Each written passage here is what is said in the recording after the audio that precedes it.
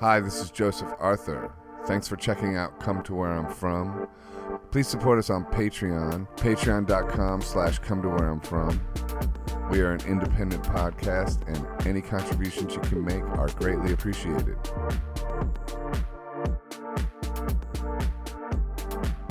I wore this in Willpower. Oh wait, should I do this? Are you gonna take your mask off? Or are you gonna keep your mask on? Well, I'm considering, and the only reason is vanity. It's so muffly. Oh well. Yeah, mine has nothing to do with health concerns. Oh good. It's got to do. I like the checkers. No, but you can put this on there. You know, as one gets older. Yeah. Because I am a big believer in truth, which I would love to talk about with you. Yeah, me too. I'm a big believer in truth. Mm-hmm. And unfortunately, due to the way AI has kind of made algorithms a weapon, it's become a matter of people not having one truth. And if you don't have truth, and this is just my opinion, just to sort of bring it down and bring it into like a really fucked up serious level. I know, right away. I just wanted to know what was in Miles' closet. That's what I was going to ask. Come to Where I'm From podcast. Lynn Goldsmith. The best. Can you turn my mic up? Legend. Your mic's like 400 times louder than my mic. What the fuck, bro? Louder. Come on. Oh, do I get to hear anything? Yeah, right put on your headphones. Oh. Yeah. You're right. I need headphones. Well, they're Okay. I like them better. No, here's the deal that I was going to say. You look great. No, And let me tell you something. When you get older, hair grows in different places. Mm-hmm. And with COVID, I have not had the opportunity to wax my face. So, no, I'm just being... Neither has he. You look great. Well, I'm just being completely honest and I don't here. see any hair. No, so it's been a long time. So I went, and my skin is so sensitive now because it's been so long. And I didn't even think I had sensitive skin. I'm like a Sephardic Jew. Happy Rosh Hashanah, everybody. Chag Sameach, Shana Tova. Shana Tova. Y'all are going over my head. Turn me. Okay. So I'm all burned. Yeah. I'm burned from it. Well, I don't know. I don't see the burns. I like the sort of the old lady look. It's the Warhol. The white hair. It's the white hair. With you, it's art. It's an art vibe. You can't figure out how to put the headphones on. That's common. Oh my god. I'm really old school. What the fuck? I think you turned her up and didn't turn me up. Hello. Yo. Okay. So, what were you just saying about AI and truth? I know about those Can you help shoes. her with those? Oh. No, I think we should leave it. No, help her out. I think that would be really funny. I only half listened to fucking Mr. Art Joseph. Yeah. So, what were you talking about? AI and truth. Oh, I was just saying that I think, without truth, basically we're doomed. Mm-hmm. Yeah. And since we now live in a world where algorithms serve us up information that fits the likes which we have revealed about ourselves. Oh, right. They will keep feeding you a truth that fits whatever will get you to buy what it is they want you to buy. Right. Because in accepting all this free stuff that the internet gives us, we're not taking responsibility for being a product, that our attention is a product. Is a product, yeah. And so to consider how the possibility of people in charge, as well as just people then, that their modus operandi is profits at all cost. At all cost, that then will lead to them wanting to create groups that are separate, and what brings people together is the truth. So, yeah, that's just my meanderings. And if you really want to know what's in Miles's closet, it's a hell of a lot lighter than what's going on in the closet of the world. Yeah. No, it was just I was listening to an interview with you, and you said I had to go to Miles, or Miles wanted you to go up to his closet and pick stuff out for him. And then you said I was surprised at what was in the closet. Oh. And the interviewer didn't say what was in the fucking closet. You just kept going, and I was like, wait, bro, you're going to just leave? I was surprised what was in Miles Davis's closet. Okay, so anyway, what's going on next? It's like, like, what was in his closet? It's really that great. Surprised you. You know, one of the things that I've had the opportunity to do, even when I photographed Dan Quayle when he was vice president of the United States. I haven't heard that name in a while. Right, exactly. We forget about him. We forgot about him. The potato. Yeah. And so I just threw him out there as I've been in Dan Quayle's closet, okay? Mm-hmm. Because I grew up and in a time where the work that I did not support having stylists, right? I had to do it. You were the stylist. Okay. Yeah. So it's like I had to pull things from people's closets or go shopping and get what I think they should be wearing. And because that's part of what's going to be memorialized, you know? Yeah. You just reminded me by bringing that up. That story. About all the, why didn't I photograph all these closets? It would have been like the best book of people's closets, you know? Another regret. Now you have two, the Beatles faces and the closets. Man, never say Joseph Arthur doesn't do his research.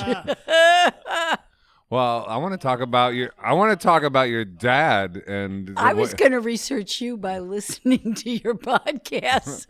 I'm a mystery. No, you're not. I know. No, for me, you're really fascinating because I have this thing that I think is a real thing. We have a fast brain and a slow brain. A fast brain is located basically back here. It's an ancient brain, and that's a lizard brain. Is it? No, it's not a lizard brain. It's just brain. It's the brain that has always been there, which allows us to make a lot of decisions that we're not aware of. We're on autopilot, and that's part of what AI takes advantage of. I think of people, you know, that people make so many decisions from this place of the fast brain, which is an area that makes these decisions based on intuition and emotion, not rational thought, okay? And so it allows you, because the decision-making process takes such energy out of a human being, you know? You can only make so many decisions. So autopilot allows us to drive the car and to think about something else, okay? But it originally existed because when we were hunter-gatherers, okay, you had to have that intuition to feel if there was an animal out there, you know, you could be killed, you know, you were out there hunting. You know, there was a very developed area of emotion. So we make these quick judgments. We look at a person, we look at their eyes, and we think they know who they are. And the reason I'm talking about this fast, slow brain is because I did that with you. My fast brain, the first time I met you, I just immediately made some associations. Oh, yeah? Yeah, and really I kind of wrote you off. Oh, really? Oh, yeah. Like oh, what? yeah. Like what? I'm curious. I probably shouldn't be curious. I should probably move right on. I should probably move right along at this point. I think. Next topic, right? I am last year that you first I am met him, curious. Well, we met at yeah. Photographic. Well, we met at a table at the cafe in Photographic. Right. NYC. So you have to where I realize. was, just for the people that don't know, where I was like inhabiting that space. I was living in a museum on Park Avenue for a couple weeks. Which the reason I came to see the show is because I heard about this person who was offered a show and responded by saying what they really wanted to do was live there in the space and make work there. And I thought, yes, I want to see this. I didn't think I was going to meet you or anything. I was actually there that day for a meeting and, other things. But I intentionally made it at that time because I wanted to see that show. So why did you write me off and Because have you written me back on, or am I still written off? Oh, no. And what does writing someone off mean? These are my 3 questions. What does writing myself off mean?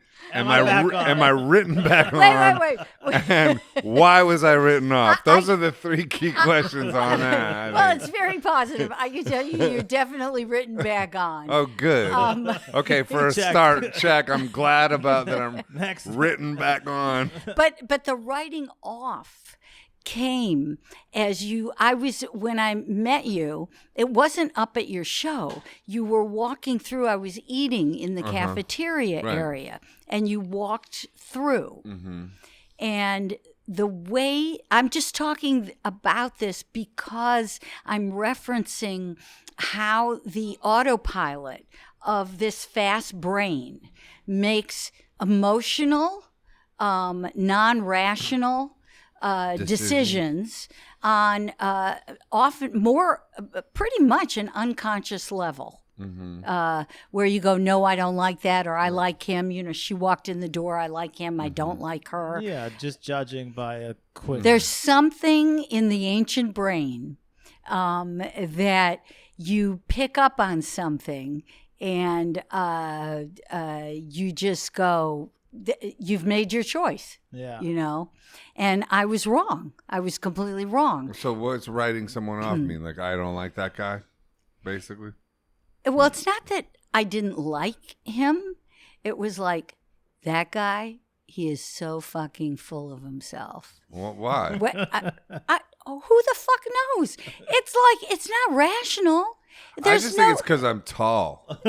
No. Honestly, I don't know No, why else. I love. Who knows what you Yes. were going through Because that I day? love people. Wait. And I remember meeting you, and I was like genuinely curious about you. Well, you sat down and we talked. And I sat down and talked and to you. I'm just and I was, using this. And I'm from Ohio. Listen, I I'm attack him polite. right at the start of the podcast. Okay, that's such a Jewish girl thing to do, isn't it? So wild.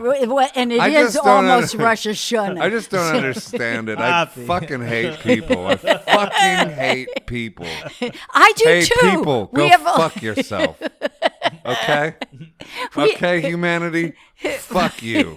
No, I'm sorry. So Okay, you go sat ahead. down at the table. Yeah, I was perfectly nice. And my rational in brain. a good mood. Yes, my slow brain. I fucking hate people. You better hear me out. You're so sensitive. So you think? you're on auto. You think I'm sensitive? You're operating out of your fast brain. You think I'm sensitive? Okay, good. I'm glad we So established that. this guy that I had made this autopilot decision on sits down and I said, I'm wrong. Right. And I went up to see the show And I said, I'm really wrong, but I'm just using you as an example of how the autopilot brain can make decisions which are not based in reality. They're not evidence-based. They're not logically based. And that's very dangerous. And I think that AI takes advantage of that in garnering our information, in their seeing our attention as a product and extracting it. So I'm just saying that it's only our consciousness which saves us from killing each other. So I know. That's why I hate people. I don't know, but like, I love people. I'm just kidding, but like, No, you're not. No, you're not. I hate that aspect of people. I hate judgment. I hate that. I do. That's the part I hate about people. Like everything else I love about people. The part that writes people off, I hate. I don't do that to people. I just don't really feel like I do that. And ever? I just don't think I do that. Like, unless they give me a negative vibe. If they give me a negative vibe, then I do that. Well, then I'm like, quick go, judgment. But I didn't give a negative vibe. Like, I don't write people off based on their look or their approach because I have empathy and I empathize with people. And even if people are coming off trying too hard or coming off with obvious insecurities or coming off with things that aren't cool, I still, and I'm not trying to claim a sainthood or something either, but I still give them love unless I get a dark negative vibe from them. Then I switch into a different mode. And if I get that from someone, then they will meet my shadow. And then my shadow will get its back up, and that is not to be fucked with. But if I don't see that side of people, I'm the nicest person in the world. I hear you. Yeah. You're complicated. And I can only stress that I was using this quick moment. No, wait. This is fine. I love this. I was using. This is great. This is good radio. Will you Lynn. fucking shut up? Yeah, okay. I was using this moment. Yeah. This quick moment because I knew that it would be effective in stopping you in your tracks for a moment. I did not truly consider that I might in any way hurt your feelings if you kept in mind, not that I did, but if you kept in mind. No, but you reminded me of a lifetime of judgment. Yes. So then I'm responding from that point of view. That's your fast brain. Right. Right. Yeah. So, but that's not what I'm talking about. That's her point. You proved that's your point, my Lynn. point. What's your point? Hello, can you please explain that this reaction to him? Was a quick yes, brain moment. Yes, exactly. Right. Exactly. So they learn how to push the buttons of us, okay?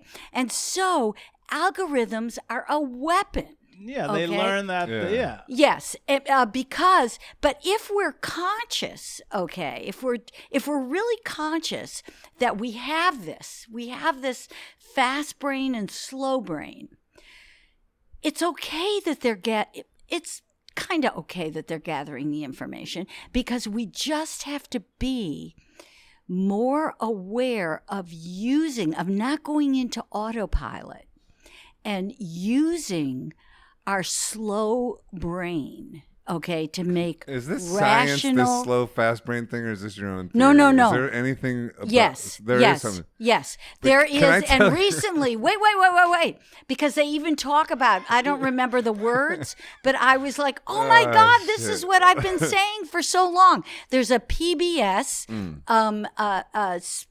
show that you can go on YouTube or something, and it's called Hacking Your Mind. Mm-hmm. And it was like I watched it and everything was coming out of like my mouth from scientists who have written books. They talk about what that area of the brain is called, that it is actually located here, and that your slow thinking part is located. I mean, they've got it all in that little show. Can I tell you what my impression was of meeting you? Oh, I'd love that. Okay, good. So I met you, and you were sitting at the cafe, and Wendy and Amanda, and those are the two people that sort of run Photographic. And I was like, like in that realm of living in that museum, which was just hyper reality anyway. and definitely, and I think I was coming back from like yoga and getting ready to start the day kind of thing. And I sat there and I was like also just in my own head. So I was like, oh, cool. And I saw your photographs and I thought they were super interesting. The book, I didn't know your history or anything about you at all. And then I'm like looking at that and going like, wow, this is really interesting. And the characters and everything like that of that book. I don't know. What was that book called? Which one? The one that you had at the table there at Photographic. Oh, yeah. The Looking you have Glass. Like 400 million books. 14. It's called The Looking Glass book. So, yeah. And so and I did that and I was just like, I didn't have, and this is a good example. I didn't have a judgmental reaction of you one way or the other. Honestly, just more like, okay, cool, interesting, and then wow, this is amazing art. Well, you're not. You're not a very normal person. I know, and and then I went upstairs, and I was like, kind of like didn't want to go, stay too long or disturb, and then I went upstairs, and I was like, and when I was upstairs, I was like, that person. Something in my head said, go back down and meet her again. Isn't that weird? Like somebody and it was like, that person is more interesting than you think, and you should go downstairs and talk to her again. That was. I'm not trying to make you feel guilty for thinking that person's an asshole. You said that person's an asshole. I said that person's more interesting than I think. Maybe I'll go down and talk to her again. Or maybe. And I did. I went back down, and you were there, and that's when I invited you up, and that's when you came up with me. Well, I was going to go up anyway. And there's a good photograph of me and you, actually. You taking. Oh, I love it. Yeah. Dave Dobinin or whatever took a photograph of me and you. I think you were taking a picture. I had my shirt off, you're really good to photograph. My back or whatever. Yeah. Like that. Yeah. So. I remember. So anyway, he told me you were there, and I was and I called him. It was you were so like, that's you Lynn were so that I've been fucking trying to get on the you podcast. were so fucking interesting to me that then I called him and I said, "Dude, we've got to get this and lady." I was like, I've been talking to her I for, swear to God, for this is my. I was like, we have got to get this lady on the podcast. She's amazing. And I didn't even know the. No. Listen, hold on. Hold on. Let me just say, I didn't even know the rock and roll side of you yet. This was based on you, the art book I saw. Yeah. And you, Will Powers. That's all. No, I know that that's was. all I knew of you. Right. And I was like, holy shit, this person's amazing. I didn't know anything about all your rock and roll. Right. Anything. And it's very confusing. And it's amazing. It's incredible, which we need to really go deep into Well, because you and history. I are very much alike. I know, that's probably true. We're probably soul sister brother type No, of we're vibe. very much alike. Yeah, we are. But when I went up and I saw... Yep, it's always projection, isn't it, when people are judgmental? Well, when I went upstairs and saw a number of things, one was...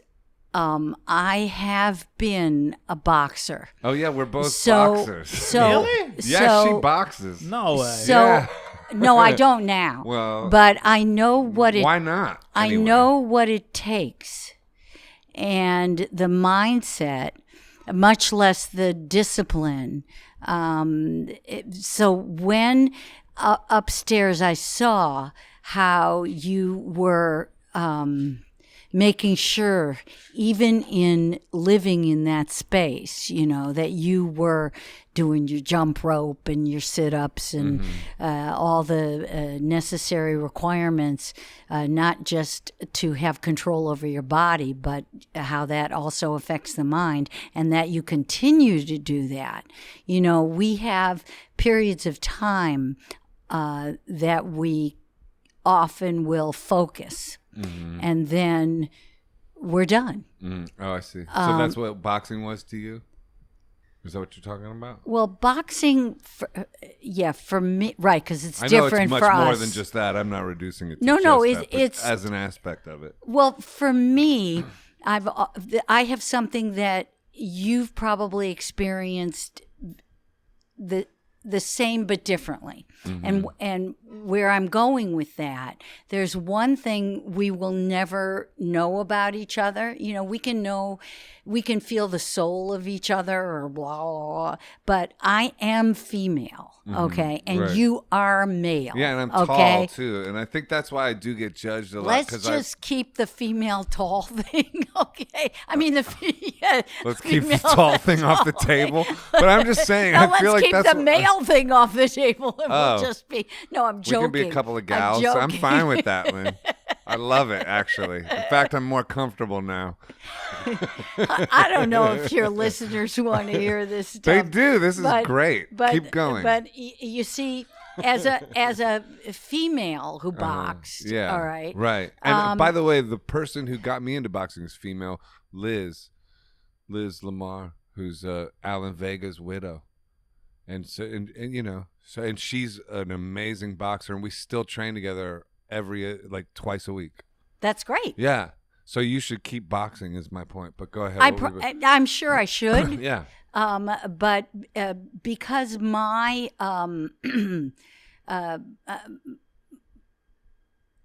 I have issues about wanting to do things and break through certain barriers. Or what appear to be barriers. And when the battle to do that would take such energy that I couldn't do certain other things well. That you do have to make choice. I hate that. I hate that too. I keep bringing up things I hate. I hate that. But I do hate that. I hate that. Because I want to do too many things too. Well, my mom always said, Lynn, your problem is you are a really good jack of all trades, but a master of none. I said, Mom, I'm a fucking master of all of them, baby. You are a master. We give it up. Let's go back to the beginning for a second where he said that you're our favorite photographer. I can't believe you're saying that on the air. You're going to have other photographers on. All other photographers. We love all the other photographers. Danny Clinch. No, come on. Don't bring... Thank you. You can't put up names. Yes. They've been on the podcast. I want names. And we had Spencer Tunick. Spencer Tunick. Thank you. And they all... I think they're all... where credit is due. Everyone's fantastic. Everyone's equal. Everyone's equal. No, they're not. I'll tell you what... But you're patient zero. We're blown away by... We're blown away. You are patient zero. We are blown away by your work. Well... Are you ready for why? It's true. Y'all need to look at her work if you don't know it. They'll see it during the podcast. It is true. Will you fucking shut up for a second? Sorry. I want to tell him why. Why he feels that way. Who, me? Yes. Okay, yeah. Because I'm not a photographer. Right. What's that mean? Yeah, I get that too. What does that mean? Yes. She's like Zelig. Everywhere in history, she's fucking there. No, but what do you mean by that? You got it. Because I'm not a photographer. She's not a proper... I'm an artist. Okay. Who uses different tools to express different things. Not only express different things, but to learn. Yeah, I love learning. And that's being alive for me. So if I were to continually repeat myself, and it's nothing against, like Danny Clinch is a photographer and he loves being a photographer, right? I'm someone who I want to write a song. I want to paint a picture. I want to then use my camera to take a picture. I want to like build things out of wood. Mm-hmm. I don't want to do.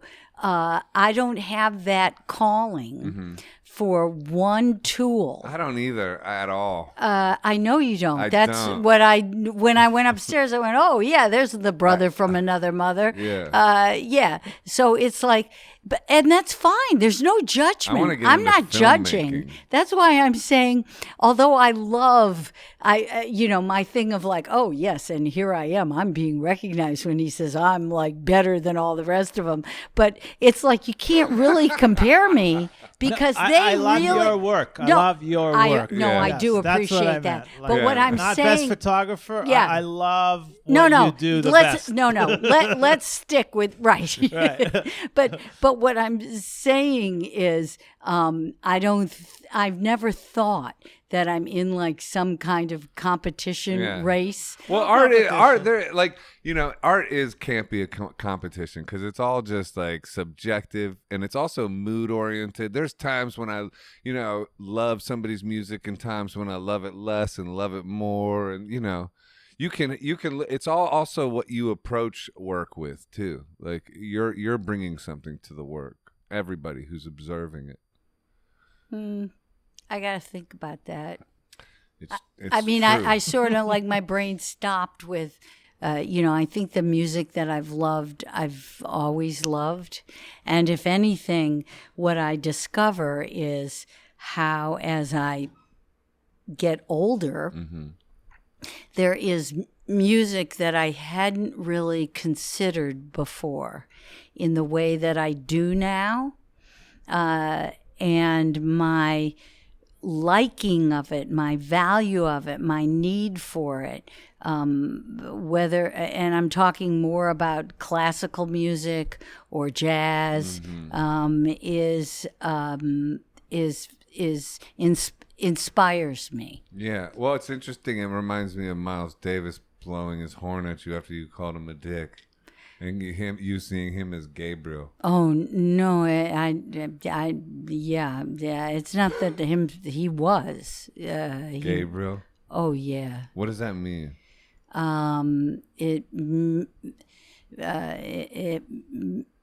It's gonna sound really weird. I love weird. Weird is my middle name. Well, let me do a little qualification here, okay? Full circle. I even though we started out with the Rosh Hashanah and Shana Tova and all of that, I have always considered myself a spiritual person, more so than someone who was identified with a particular religion. Yeah. And I always studied different religions.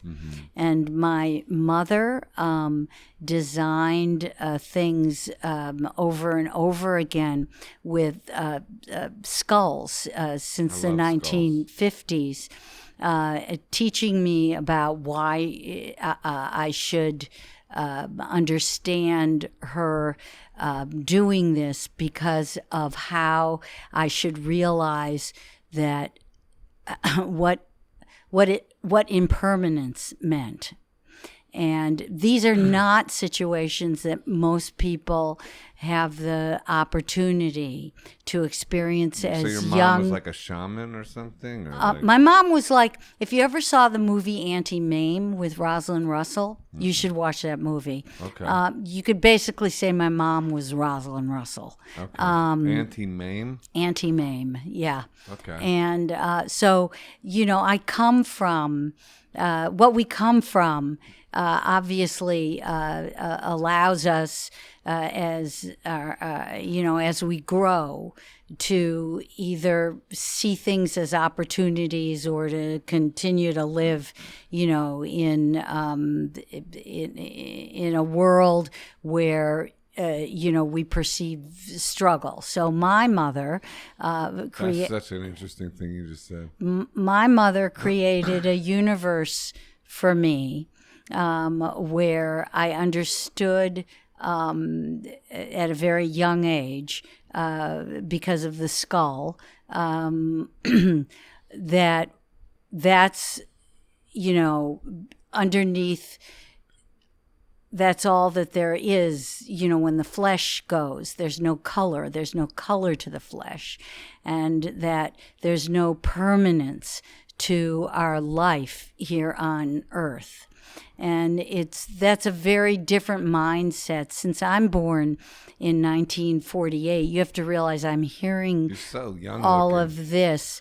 It's wild that you were born in 48. My mom was very young looking. And that was the other thing. So when I was 13, I used to try to get into these things called the 48? teen room. Are you kidding me with that? That's insane. I used to try to get into the teen room, and they would never let me in, and I was 13.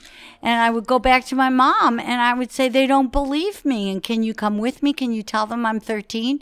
And she would always say, one day you are going to be so happy that they don't think you're the age that you are. And my mother always looked really young. But basically, I'm just saying we all have histories that we come out of, and I've been a little more fortunate than most people, to have come from a really insane father who was a genius. Right? My father? Yeah. No, he was an amateur photographer. But that's what you wanted to impress him with your imagination, right? Well, it's not that I just wanted to impress him. It wasn't even with my imagination. But he would respond to like photography and images or something. No, that was a way to be with him in the dark room. Oh, in the dark room. Okay, that's what it was. Yeah, good research. Yeah. No, but what's more important about my dad is because my dad was an inventor. And he worked on the jet engine. He worked on lasers. He blew up the basement. He did? Yeah. He's like a Tesla guy? Yeah. No. So my parents were divorced when I was 4. And in my relationship with my father, my mother would remind me, which served me quite well. And I love saying this on your podcast because I think it's really important for people to get this.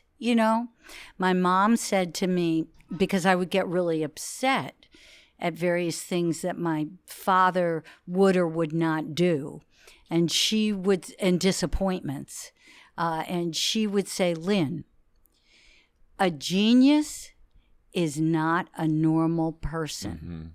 So don't expect a genius to be a normal person. You said that about Lou Reed, too. And about Miles Davis.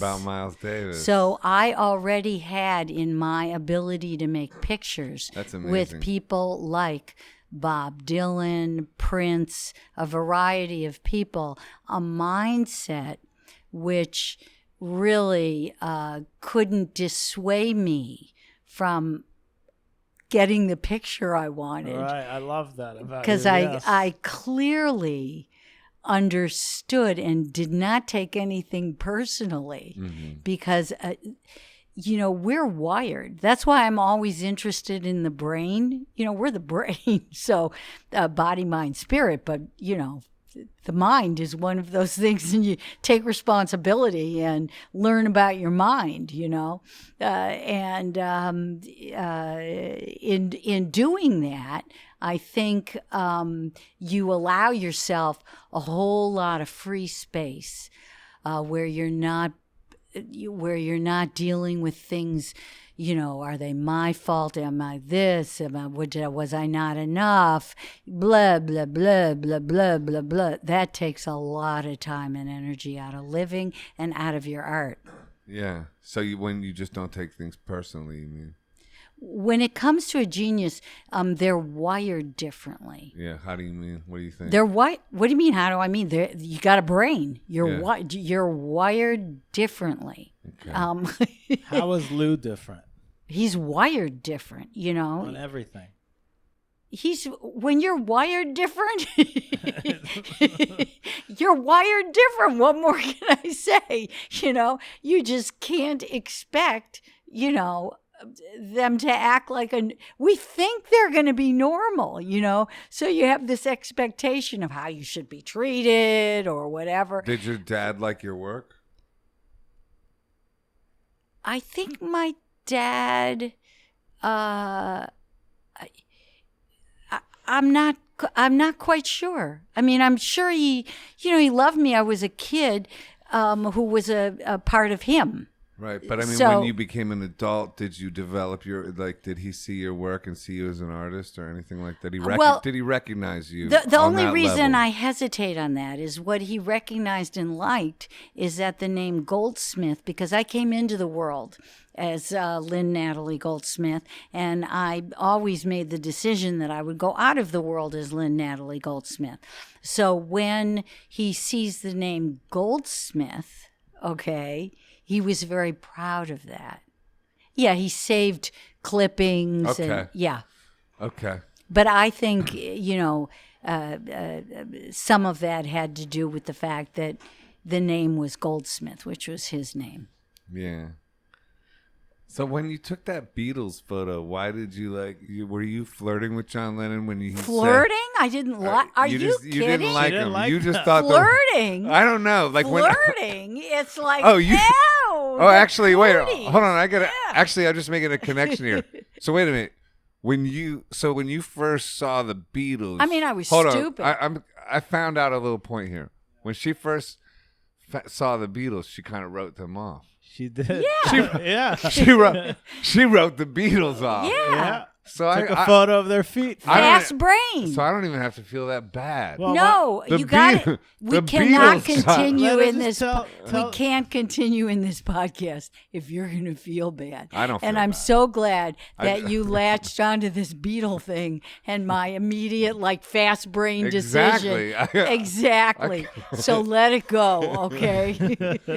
I let it go because I like you very much, or I wouldn't be sitting here. I like you a lot too. Yeah. Yeah, no, I know. An honor that you're sitting here. It is an honor. It really is. It's not. No, it's an honor for me. It's fun. It's an honor for me, Mister. I feel like I'm in the Woody Allen film. No. I mean, it's an honor for you. What was it, Mr. But it's an honor for us because it's an honor for you. No, it's an honor for me, Mister. I'm trying to get deep. No, there's a great line. That was good though. It's an honor for us because it's an honor for you. It was in a Diane Keaton Woody Allen movie. Do you know what it is? No, it's an honor for me. What, Manhattan or what? No, not Manhattan at all. I don't know. I'll have to go back and think on that. But I can hear yeah. But so that was kind of like the springboard, though. Like that was like one of your first photographs. That Beatles photo is a fucking. Well, it wasn't really a springboard. It's amazing.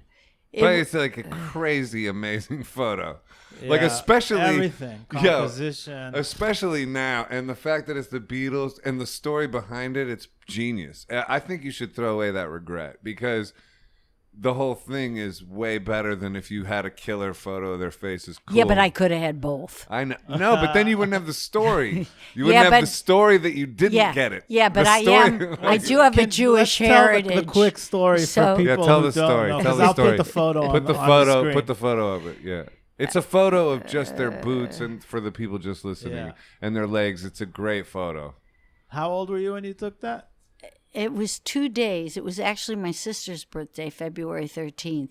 And my birthday's February 11th for anyone who wants to send me gifts. I had turned 16 on February 11th. So the idea of the Beatles... really, I just would roll my eyes back into my head thinking they were, geeks. And I was definitely more of the Motown sound. The Rolling Stones, you said. The Rolling Stones, but really Motown, James Brown. And who James... you got to photograph too. Yeah, but James Brown had those boots. So okay. And James Brown, to me, being from Detroit, was like the king. It was him for me as a kid. It was also Little Richard. For me, those boots were James Brown. And when the Beatles walked in their little pinstripe suits, and I looked down and I saw the boots. 4 sets of them. I was like, whoa. they were rocking boots. They well, were also killer. the carpet. The carpet was fucking great. My grandfather in Detroit had been in the carpet cleaning business, leader carpet cleaning. Tyler 58400. He had radio spots, and that was the number that you called. And so I would go down to his factory and stuff. So I was always fascinated by all the patterns on the carpets. Yeah.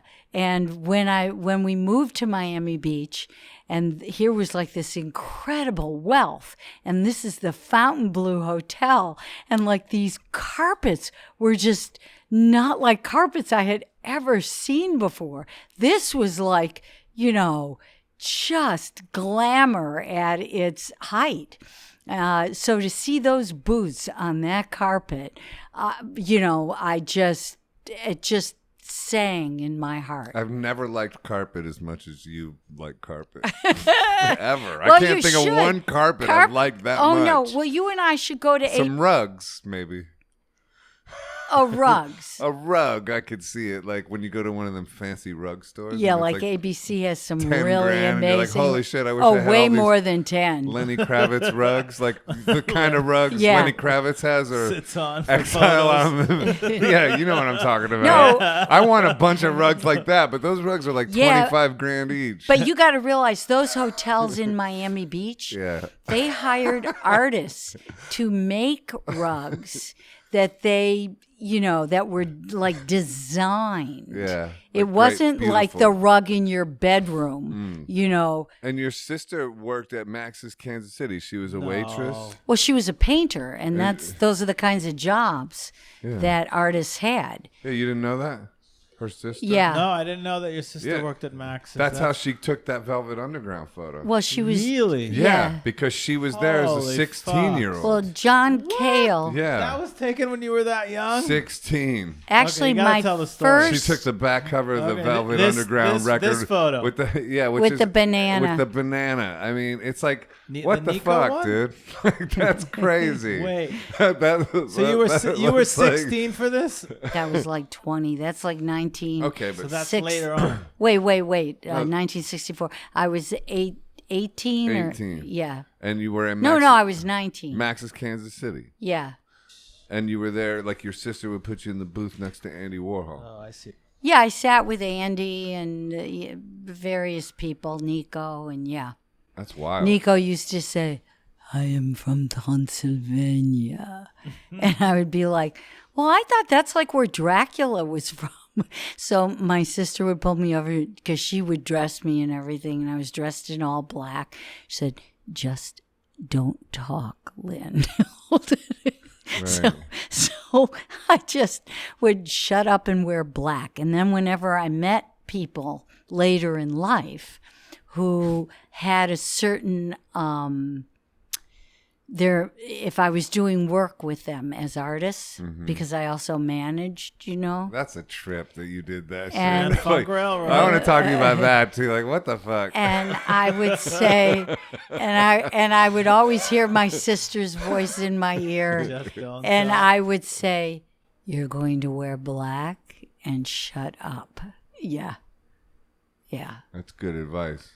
I wish I followed that advice. Were you with your camera at Max's everywhere? You took your camera everywhere you went? No camera. No, I wasn't thinking. I wasn't passionate like that. No, I mean, sometimes I had it. Sometimes I was. I mean, it depended because I needed to go down to the village to St. Mark's Place to buy pierced hanging earrings from India that I could take back to Michigan and sell door to door to pay for my airfare to go back and forth to New York. That's wild. And so what kind of camera was it that you had back then? I don't remember. I know I'm nerding out on camera equipment right now. I know it's irrelevant. Yeah. It wasn't a Sony, I'll tell you that. Was it the new Sony or the one that's coming out next month? I don't remember. Anyway. Something cheap. So what color was the rug? Because I've never seen this in color. Was it yellow? No, it was yellow. greens. Green. Greens. Interesting. greens and 'Cause browns. it looks leopard-like almost. I know. Isn't that But in fantastic? green. Greens and browns. So what did Andy Warhol, what was he like? Quiet, very quiet. He wore black and shut up. Yeah. But What was Andy that scene- talked. What was that scene like? Because that scene is so mythological for so many of us. Yeah, like that it's a fucking- little bit too mythological. Okay, I'm sure that's why what was it, just a bunch of nerds hanging out? Oh, no, we weren't nerds. Well, I didn't think He so. meant the other guys, not you guys. No, Andy. well, see, that's... Andy and Lou. No. You Those nerds. Was it just a bunch of nerds? Chloe. Those guys. But they are nerds, and Yeah. on some level, they're cosmic nerds. I think those kind of people are cosmic nerds. It's a perfect way to describe it. I don't think we felt that way. No, I but- think we felt like we knew something that other people didn't. Oh, really? Yeah, I do. Like what? What was cool? That other people lived a life which was rather restricted, and they weren't allowing themselves to really open up their eyes, their ears, their minds. And I think we felt very unified as a kind of group.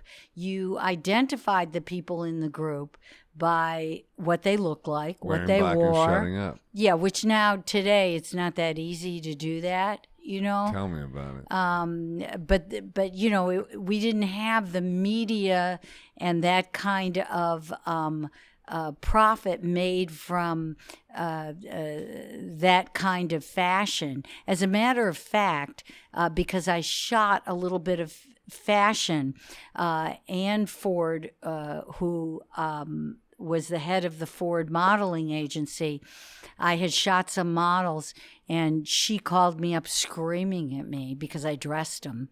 You know, she said, "My models don't dress them like you're rock people," you know. And now everyone would want you to dress them like you're rock people. Mm-hmm. So it was just such a different time and different world.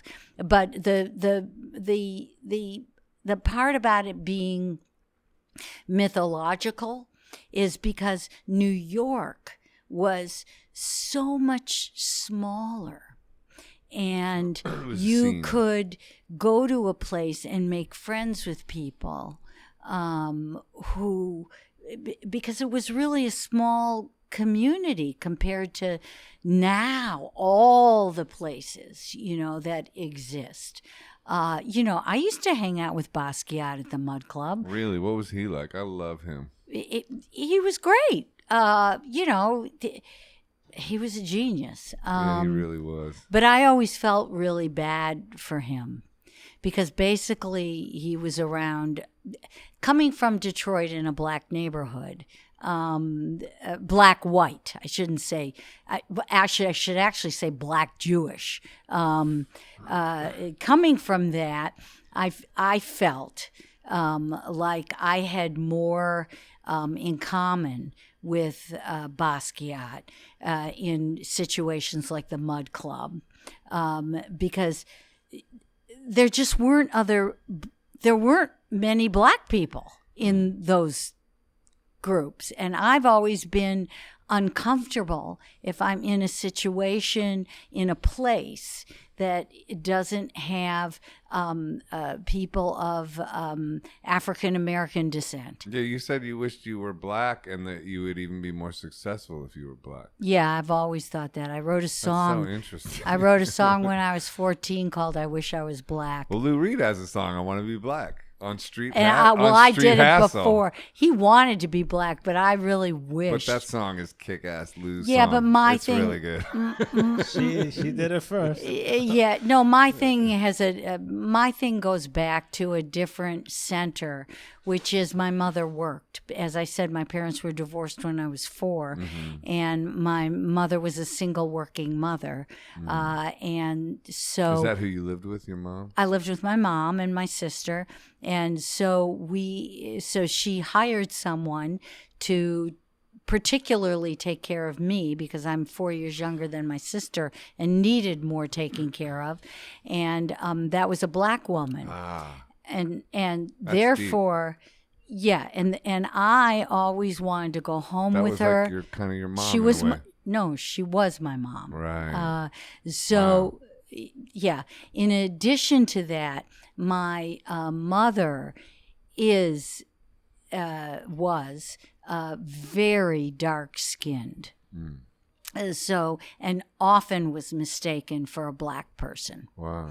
So, I'm just more comfortable. It's just my comfort level, and but my love, because I got such great love from this person who had children, and I used to want her to take me home with her.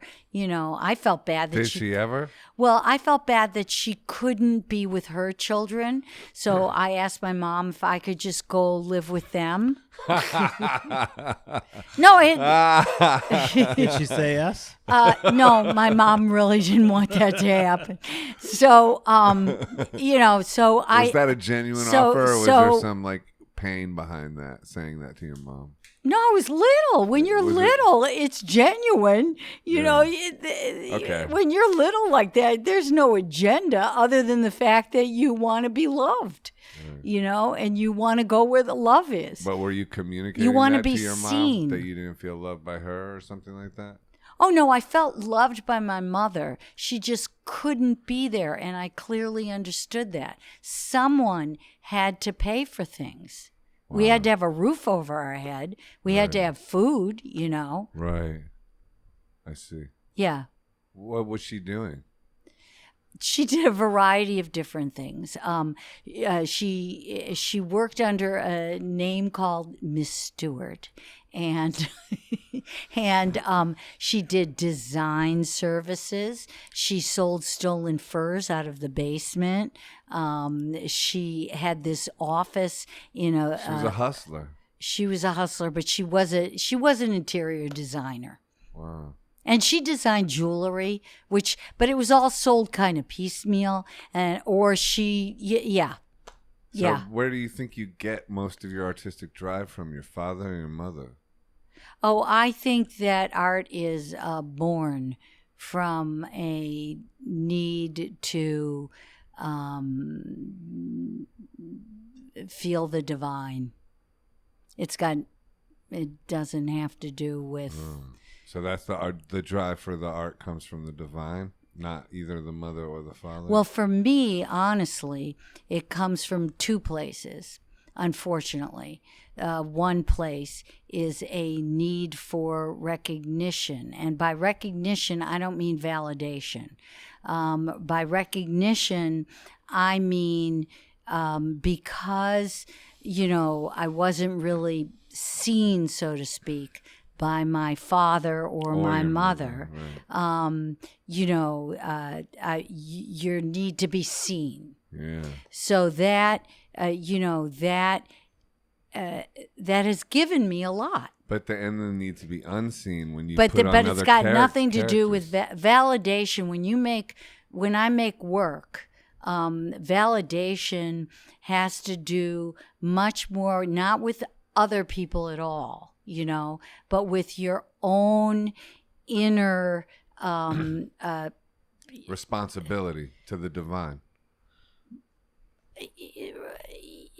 Your own inner need to express that. Yeah. Yeah. Yeah. Or to find out what your limitations are. Right. Yeah. Or to also honor the gift of this life and this time that you are allotted. Yeah. So, I'm real happy about that, So I never needed it for validation. I'm happy I am who I am, Right. The other thing I would like to be able to really be clear of, that no need for recognition.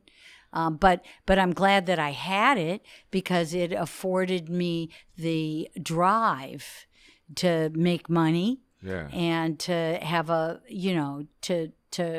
be able to have a life where now hopefully I can make art unless I lose the Warhol Foundation lawsuit against me, where I can afford to make art for the rest of my life and not care if anyone even sees it or not.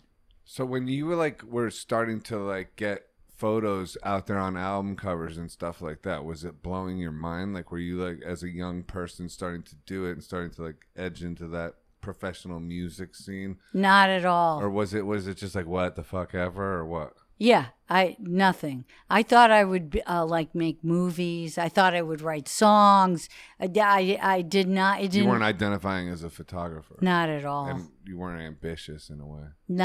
Not one iota. But so how did the success happen, and how did the work keep coming to you, or what was? Well, how did that go? Yeah, I love doing it. Right. Yeah. So if you just continue doing what it is you love to do. Yeah, that's right.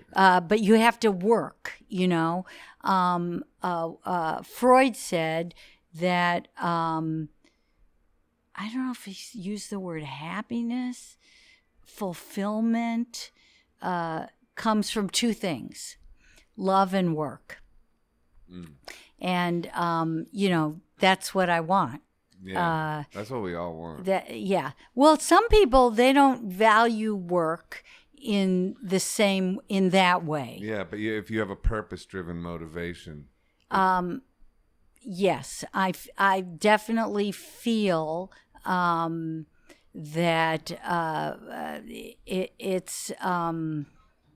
it's the journey I want to be on. Right. Yeah. I don't know that it's right for everybody, but it's definitely mine. Right. So what happened after the Velvet Underground photos? Well, people, I love also that people think one thing happens and then your life changes. I didn't think anything. I don't really think that. I'm just trying to think of what's the next photos you took before we talk about Van Halen. No, and Bruce Springsteen. And Kiss. We got a lot of ground to cover, but I'm trying to get. Who cares about that stuff? Ehud, he'll kill me. He's been over here sitting here just Kiss stories, dude. Are you kidding? No. Okay, wait. He tells me that before we start. You gotta get the Kiss story. No, but you were a huge Kiss fan. Wait, what happened after that? He's here because of Kiss. I'll tell you what happened after that. What? Another one of the guys in the booth at Max's Kansas City took more notice of me after that. And his name was Paul Morrissey. So when Paul Morrissey started, I met him before. Yeah. So which Montauk, Andy said, they're mine. In Montauk. Well, I don't know about that, but yeah. But Paul then asked me to be in, an Andy movie. Oh, cool. Were you in one? Yeah, I sat in a corner. Well, that's cool. Which one? I don't remember. That's perfect. One where there was some Perfect naked answer. guy going on or something. No, I Can't thought wait to see it. I'll never forget the first time. Can I rent it on Amazon or is it on Netflix? The first time I went to see one of Paul's films, because I thought I was also going to be a filmmaker. The first time I went to see one of Paul's films, I was like, this is fucking awful, and they write this off as art. Do you know what I mean? And then Andy puts his name on it. And that's when I said, man, it's all scam. It's all marketing. It's all marketing. Same thing in a way. Marketing. Don't be judgmental. No, you're right. Touche, I agree. Hey, I acquiesce. White flag up. You're right. But, I went dark with it. It is marketing is a better way to put it. But you were a filmmaker for a minute. Yes. Yeah. Directed. Well, yeah, absolutely. But the problem for me with filmmaking is that it requires a lot of people, and you need a lot of patience, and particularly at that time in my life. It used to require a lot of people. And it still requires patience. It definitely requires that. And that's not instant gratification. No. And that is which photography was, right? Yeah. So it was something that for the age I was then, it would have been much harder for me to stick with something that required patience. Now I can do that. Well, that's what Andy was, though, too. He just put that, he didn't know how to edit, so it's just the Empire State Building for 8 hours or whatever. Or a guy sleeping for 8 hours. No, that's why he said, he was like, I don't know, like, you know, it's like. Let's just leave it. No, but that's true, though. I don't know. I think it's genius, but I mean, it is also marketing. It's both. The weird thing is it's not valid. It is valid. Like, there's something about him where it was all this marketing, but it is great art too, in my opinion. Okay. Yeah, in my opinion. Okay. Yeah.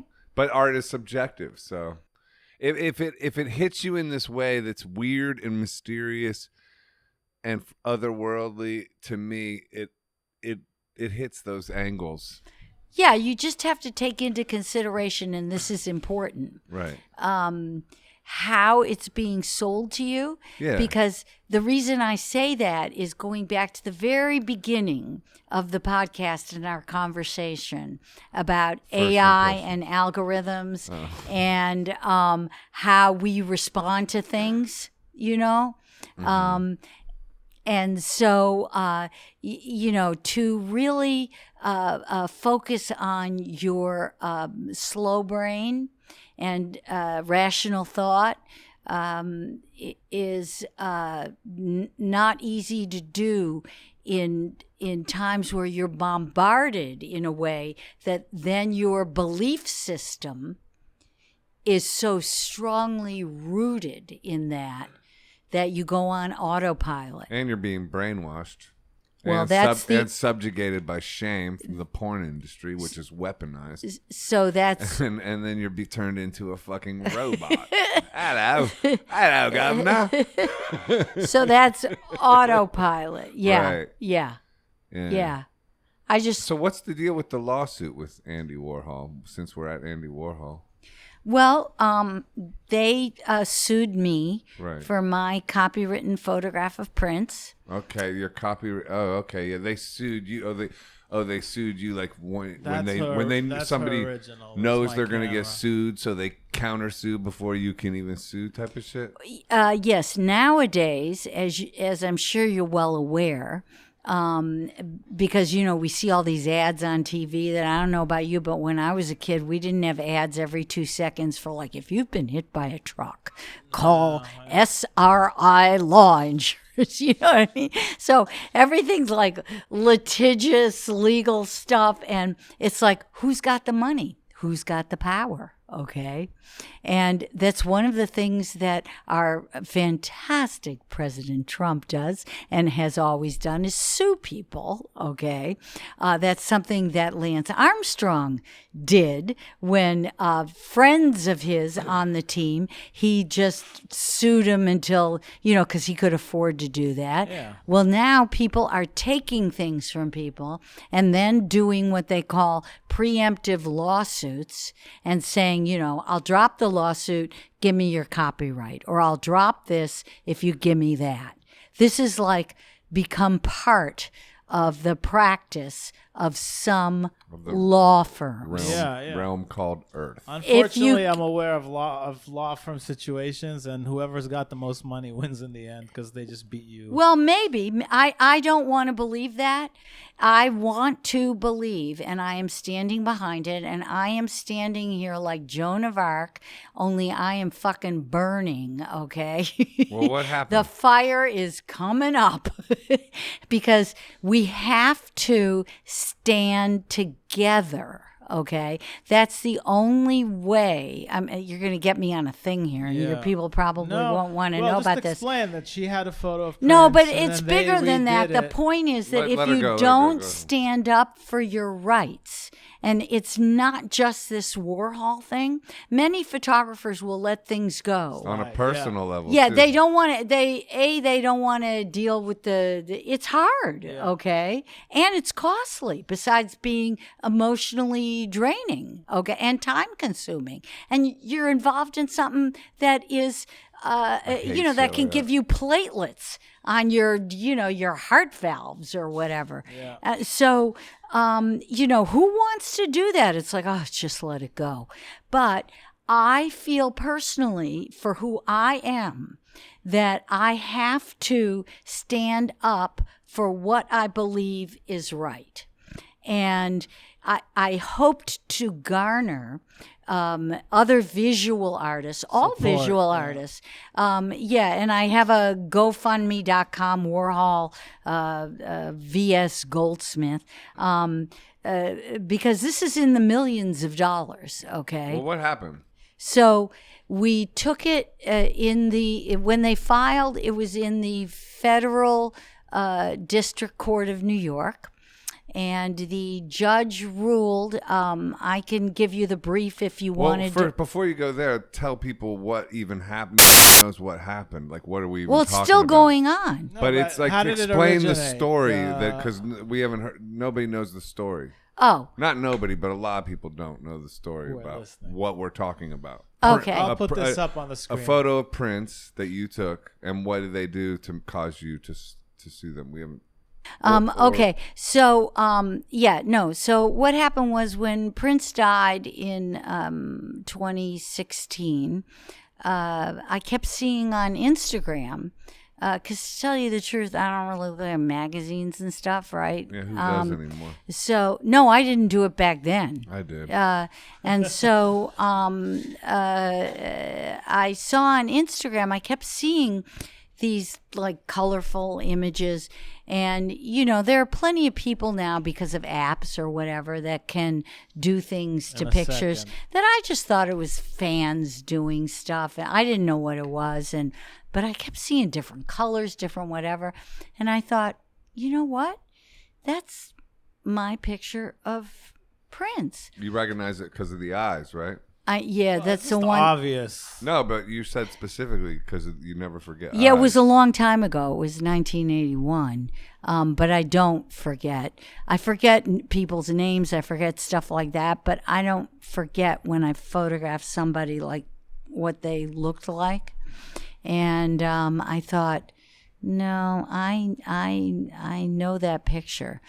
So I discovered, I went and I looked in my files and I went, oh my God, that's my picture, right?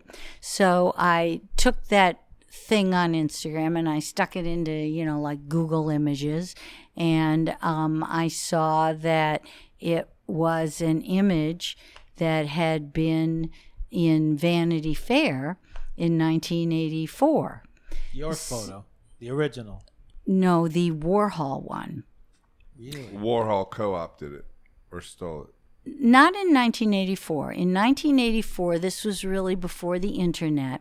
It was common practice for publications, whether they be Rolling Stone or Vanity Fair, to call up photo agencies and ask them for photographs that could be used for artist reference.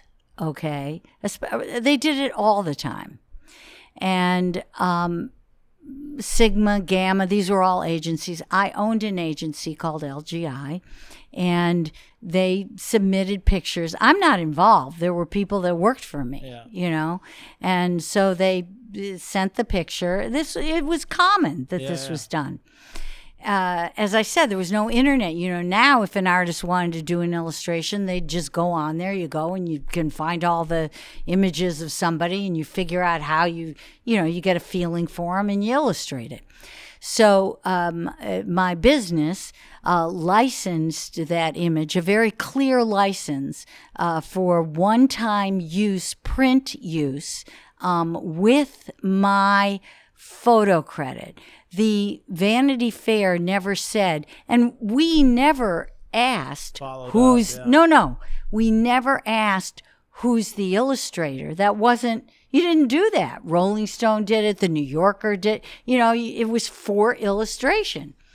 And so during that period of time that it came out, I was basically touring and doing promotion for my Will Powers record in England and Europe. And Will Powers is a alter ego of yours that's a male, right? Yes.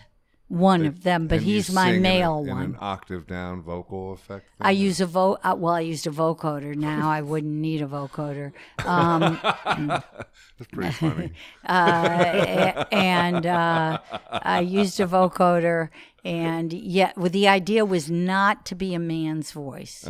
The idea was that I was neither male nor female, but your own inner voice. Right. Oh, yeah. So I didn't want to be, I wanted to kind of be on that line of like, is it male or female? But that, I'm just telling you the thinking behind that. But anyway, Will Powers. So Warhol stole the thing, or what? Like, no. So there was a license given for one-time use in a print publication with my photo credit. But that would have been common. Okay. It wasn't to Andy Warhol. We didn't know who it was. So what happened though? How did it come to the point? So cut to the chase on this one. Well, you asked the question. No, I didn't know this whole story. So the illustration appeared in the 1984 issue of Vanity Fair with my copyright notice.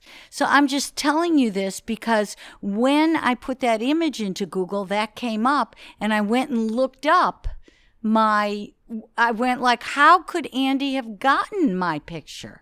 Right? Okay, so that's so I went, oh, that's how. Okay. So I called. It was a paper trail. That's so crazy. I saved papers. Yeah. So I called up the Warhol Foundation, and I said, I to the person who does licensing and all of that, Michael, and I said, this is my picture.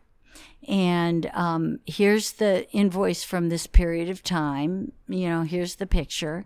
And we need to have a talk about this. And so he said, okay, let me talk to some people here. And he did. And he got back to me and he said, what do you want? So I said, well, I can't really tell you what I want because I don't know. To resolve this, I don't know what you've been doing. Years. I don't know how many paintings, how many licenses, how many whatever. I know like the statute of limitations only goes so long, you know what I mean? But why don't you tell me what you've done with it? Because I don't know, okay? And then we'll talk about it. We'll figure out something and we'll resolve it, right? Yeah.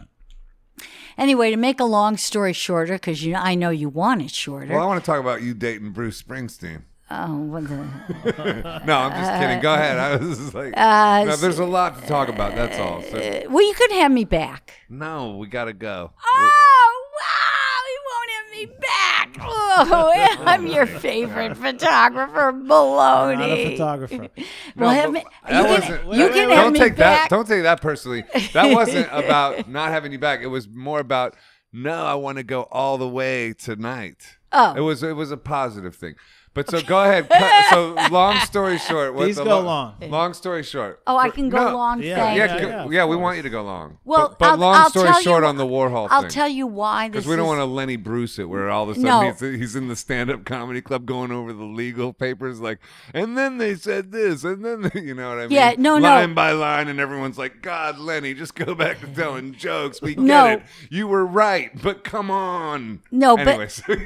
but the important, the significant part of all of this is that if you have an understanding of what's going on, opposed to spending time talking about dating this one or doing that or whatever, you come to a place that you realize we're living in a world which is on a brink right now of us deciding, and it is us, those who will realize that the only way to win as the human race, much less as Americans, is to stand together.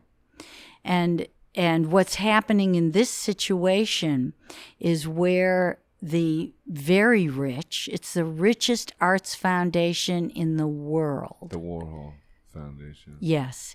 The amount of money, and they do a lot of good things with that money. and then they do other things with the money. So, what are the other things? So, I'm not the only one that they've done this to. In addition, but people could not afford to fight. And I have been hoping that people would join in with me, but if they didn't, I still have to risk everything I have because that's who I am. And when I die, I want to know that I stood strong for what I believe is right. Period. I'm not a coward. You know, I think that busting through your fears, and we have so many of them, is the only path to really experiencing God. So I know that's a little for a podcast like this, but we talk about God. Good. A lot. I love talking about God. Busting good. through your fears is the only way to experience God. Absolutely. What do you explain that? Okay. Well, I probably don't have to. Are you a Christian? I believe in Jesus. No. The reason I ask that is because if you know, do you know the story of the 7 houses that Jesus went through to become Christ? I don't really. That's why I don't really follow any religions per se. But No, but that would be like when you were little. You learn but I this never stuff. went to church. Oh, okay, yeah, okay. Ever. I never went to any kind of religious training or anything. Okay, well, you would like the story. What's the You story should go read it. Okay, what's the story? It's Jesus went through the 7 mansions, various tests. Life is a test, okay? Yeah. You are in your body for a reason. Yeah. You are flesh for a reason, Definitely. okay? And the flesh only lasts so long, right? Mine's going to keep lasting. No, it's not. I know. Hey, skull Buddha, baby. Hey. Impermanence. Okay. So, we're gifted with this vessel to learn various things. And hopefully next time, should there be one, you're moving on to the next level. And so for me, this Warhol Foundation lawsuit represents not only my busting through, wanting other people to, my fear that nobody will come and save me, my fear that, it's just like... That you're out on, like David versus Goliath. This is David versus Goliath. Huh. It is. Did they tell you what they did with the photo after all these years? Like where they used it? They came back. What they did was, they said... we will drop this lawsuit and give you $15,000 if you give us your copyright. And I said, no, that isn't going to work here. So what can I ask you? That was the point of So they didn't try to settle with you before that when you just called them up the first time and they got No, back to you? I sent my lawyer in to sit with them. And he said that he thought that they would make an offer on Friday, and he didn't hear from them on Friday. And on Monday morning, I woke up to phone calls from the Post and the whatever other New York papers asking me to respond to the lawsuit that had been filed against me. What did they sue you for? They sued me. Well, it makes no sense. They sued me for it's a preemptive lawsuit. Okay, but they what is sued it for? me how do they get away because with they that? felt I don't, that like, Okay, so what's it for? I don't know. They said in the lawsuit, which infuriated me, that I tried to extort them when I never named a dime. I never said any amount whatsoever. Right. And so, I could have easily said, okay, I really don't want to go through all of this. I'll walk away from it. But extort them for what? Like they were using your photo. No, you don't seem to understand. We live in a Trumpian society, okay? Yeah. You can sue anybody for anything, right? Right. So that's what's happening today, where big companies can sue people before the person could sue them. Because when you go to sue somebody, if you don't have the money, if you can get a lawyer to think that they could earn something on the other side, like these injury lawyers or whatever, right? Then it's, they're working on like a 33 or 40%, commission on it. Yeah. Anyway, this is all stuff. Let's move it along. Let's talk about David Lee Roth. No, but what I want to share is this, that there was, and I have the briefs, which are public to read, which are fascinating. So the federal district court judge ruled that when he looks at my picture, he sees... Now, the federal court judge was given a lot of other cases, my registered copyright, all the stuff that he needed. But somehow he ruled that because he sees a vulnerable human being when he looks at my photograph of Prince, and when he looks at the Warhol, he sees Warhols. Therefore, the image has been transformed. Therefore, it falls under fair use. Therefore, the Warhol Foundation wins. So the Warhol Foundation wins. And so then that happened already? The Warhol Foundation wins, yes. And then they sue. They file a motion to sue me for all their legal fees. Oh, fuck. That's insane. So in the state of New York, you can't get legal fees back, if I'm not mistaken. So it doesn't matter. Right, Don't you understand? Don't you understand the world we live in? Unfortunately, I do. So that's why truth matters, and you have to stand up for it. No matter how uncomfortable, no matter how dangerous it is, if you don't stand up for it, we're goners.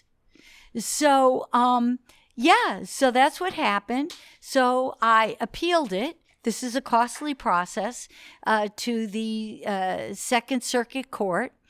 And the court after that is the Supreme Court. So just the other day, oral argument was heard by the judges, and I posted it for people to listen in. And I think that the judges asked really great questions, and I think it was quite clear, if you were a listener, to what has transpired. And so we will see how the ruling goes. I know that I live in a world that you can't count on anything, but I also know that unless I fight for what I know the truth is, that if I don't do that, then I might as well join the masses that are headed for, really civil war, chaos, annihilation. I'm sorry that you're dealing with that. Where does it go from here then? Like, so they're suing you for legal fees, which I'm assuming are probably extravagant. Well, that all gets held off until the Second Circuit Court of Appeals makes their ruling. Yeah. And even when they make their ruling, like let's say I win, okay, they are going to appeal it to the Supreme Court. They already told us that. Right. And if they win... What a nightmare. I'm going to appeal. No, I think it's a blessing. The thing, well, why do you think it's a blessing? I would rather think it's a blessing than think it's a nightmare. That's number one. I'd rather live my life as long as I'm breathing, I just think thinking legal it's a shit blessing. is a nightmare, but yeah. But Yeah, well, just it's the lawyer world is just, I hate that shit. I understand all of that, Yeah, but why do you think it's a blessing? life is a series of tests. Yeah, that's true. And the higher up you go, the harder the tests get. They don't get easier. And they come harder and they come faster. So the more conscious you are, it's not that you're more free, you get more tests. So this is a pretty heavy duty test because it's basically taking, I've been working now for over 50 years and it will take everything that I earned from me. I live very well, but I could be homeless. So, I hope that I trust. I want to trust in the judicial system. Why do you call it a blessing or a potential blessing, though? Oh, there's so many lessons to be learned from it. And what? Who I am, where, what is courage? Who are my friends? Have you found who are the people that understand how important it is to not let the world turn the way that it is. You have to stand and fight.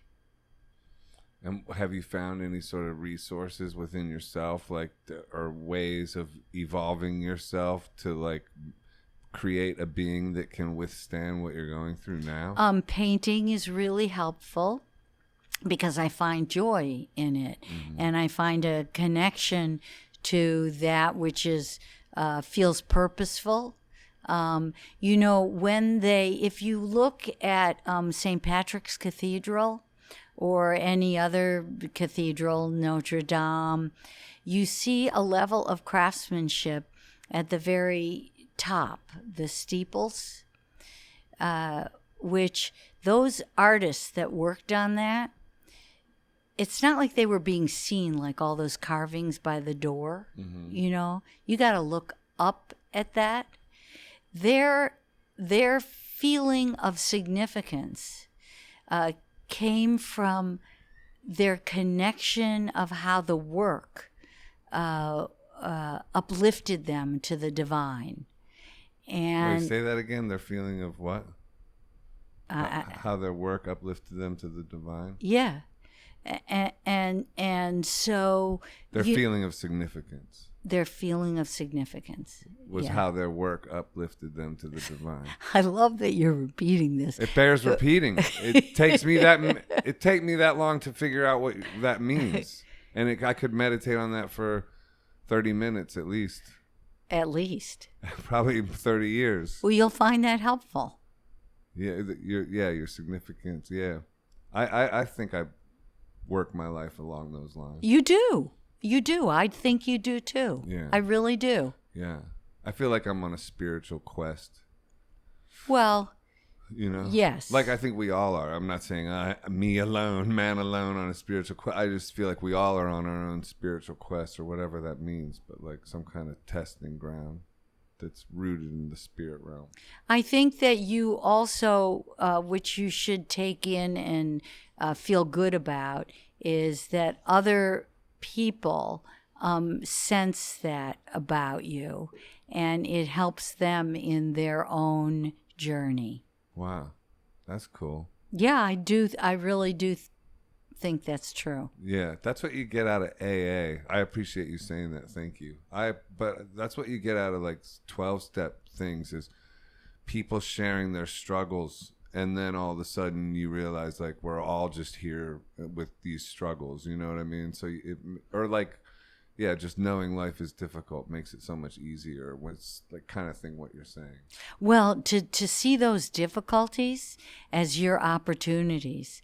You know, there's a Will Powers song.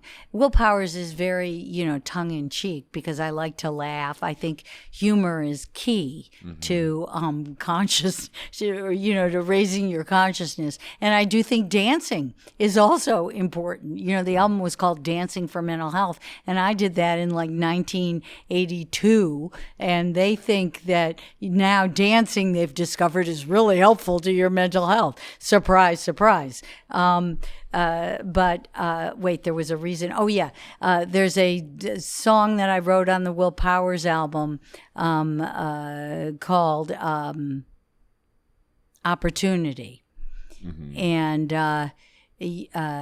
you know, the chorus is about, you know, your problem is your greatest opportunity.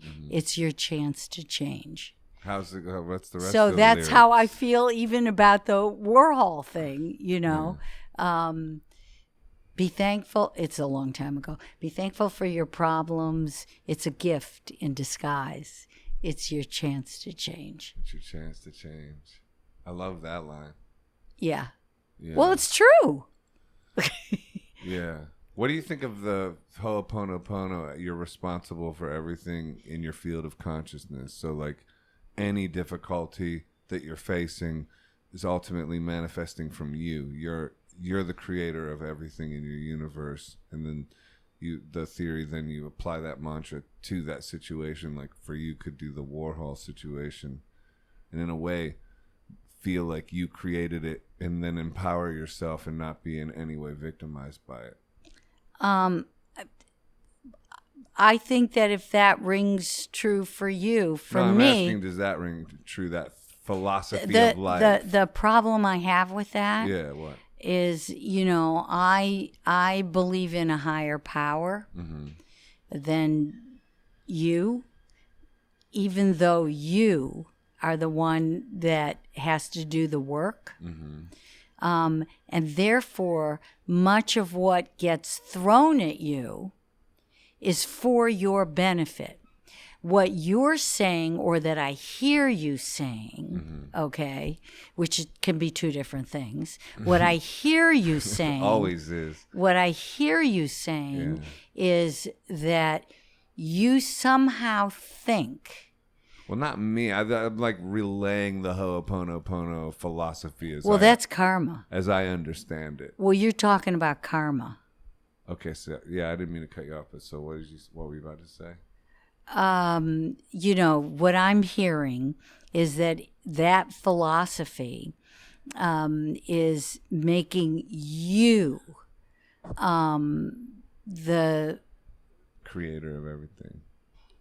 Yes. And you are. You know, you are. However, okay, you're a part of something much. This is just my belief system, okay? You're a part of something that's much bigger than that. And so take that, you are, but also take that weight off yourself, okay? Because it would be very difficult to welcome all of these, what we call problems, to confront and hopefully resolve, with the weight of it all being you. Even though Will Powers sings, it's you, only you. So willpower might disagree, but No. There's the you. Willpower. It's always hard to talk about this stuff because we're using words. Yeah. But the you that I'm talking about, you know, I'm talking about you. But when I'm talking about you, I'm talking about him. Yeah. So it's the bigger you. There is a you, the grand view. but there's like a bigger you. Yeah. But and there's nature. I see how I see how it could be like a weight, you know, but also I see it as a relief of a weight because when I take responsibility for everything, then I don't have to be mad at anything outside of my own self, and I can just kind of resolve it within, at least so far. Well, You know what I mean? Yeah. I think pretty much nothing gets resolved till it's resolved within anyway. Yeah. So, it's like me. And I'm just now, how long has it taken for me to realize how much of my life, the work that I've done has been focused on getting recognition, which is, now from my age and where I look, I think, what a waste of my energy. What do you mean by that? Well, we talked about recognition, validation. Yeah, but you said a lot of it's been Well, it's focused helped on me getting because it recognition. gave me a passion that pushed me like, you're going to know who I am. Right. You know? How can you separate the like drive for like making work that would garner recognition with also just making great work? Like, how do you separate those things? Well, those artisans who made the steeples for Notre Dame, who made it for St. Patrick's, Yeah. they had no need for recognition. Yeah. People like Patti Smith, she has no need for recognition. She has no need for validation. No. But she posts stuff on Instagram. I mean, I'm just saying, like, there's like a That's person not there. about recognition. Well, what's that about? Recognition is a need for people to see you, to say, "Oh, you're here. You're here." It's very different. Validation is what a person wants to experience in what it is they do, but it doesn't come. It comes from within. It doesn't come from other people. So, I just think that you come to realize what were the things that drove you, and how did they benefit you in some way. And when is it time for you to give them up? I think it's a balance. I think it's just living in this world. Like, we need to be egoless and with an ego too. Like, you have to also so it's like just in the same thing, like with art and being an artist, there's all the balances with the human being is in the sort of artistic being too. Like, there's the ego side. Like, I couldn't say, oh, Patti Smith is egoless. She doesn't strike me. I don't know her at all, but she doesn't strike me as egoless at all. She strikes me as having a strong ego, but that's also not an insult. Like, I think she's a strong artist, and I think there's an element of strength there. And I don't like judge that side or like separate people out or think, oh, that person is coming pure and that person isn't, or this, that, you know what I mean? Like, I just see like people in greater states of balance or imbalance. Remember when we talked earlier and I like didn't have the exact like Freud quote of, your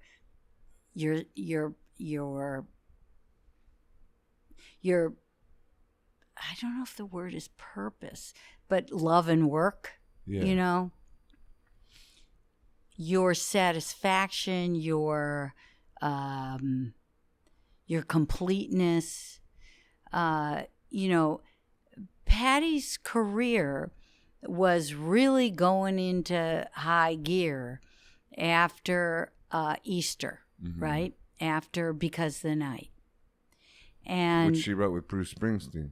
He wrote and gave it to her. Oh, okay, yeah. Well, Bruce wrote it and wanted Patty to do it, and Patty rewrote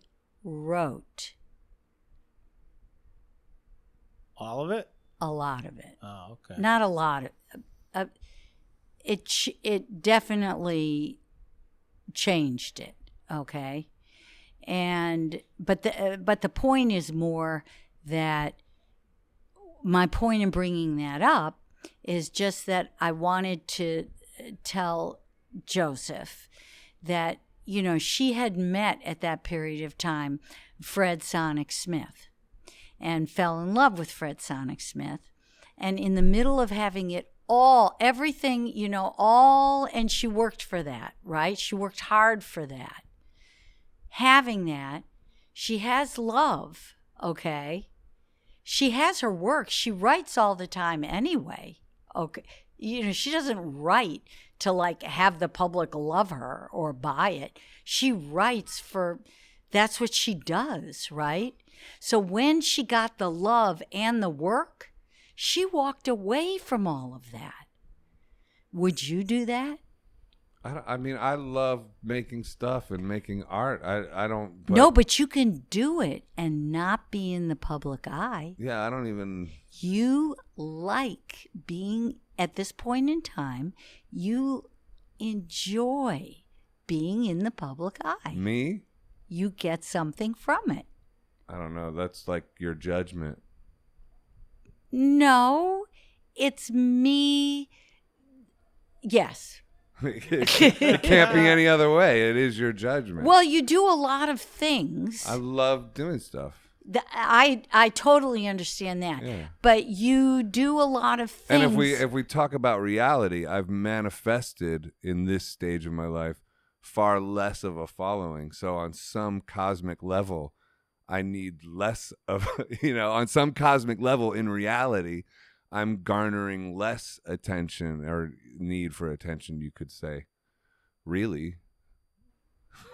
No, I actually have thought that about you. Yeah. Yeah. So I don't know. Like, again, I go back to like, I'm not into judging people. Like, just back to that theme. Like, I'm not judging people. Like, people are out there expressing themselves, and that's cool. And people do it in different ways, and some people do it a lot, and some people do it a little bit, and some people are real mysterious, and some people are overbearing, and all are cool.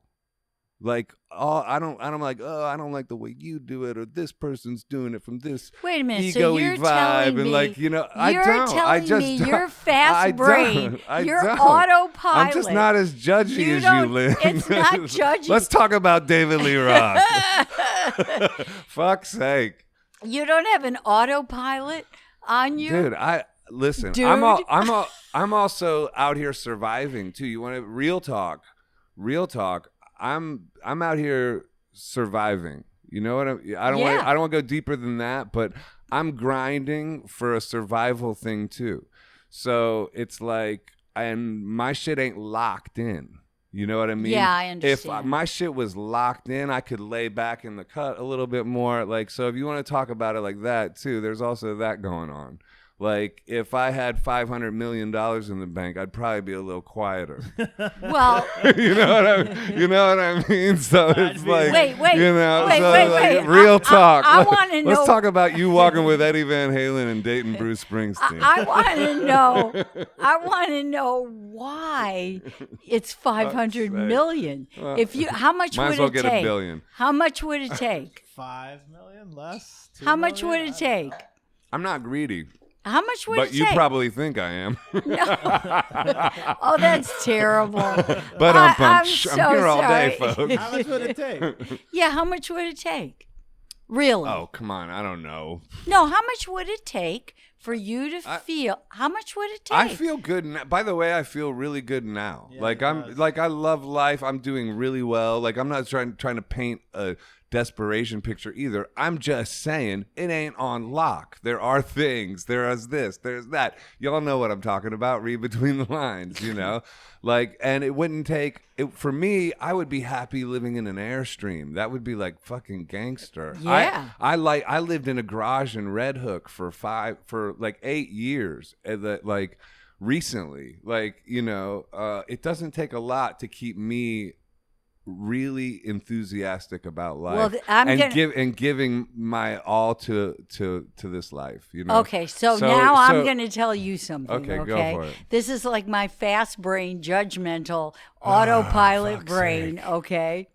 I think that you are super talented on so many different levels, and that your vision of yourself, is one where you don't ever really want to have any kind of money. okay? Because that's not your vision of who you are as an artist.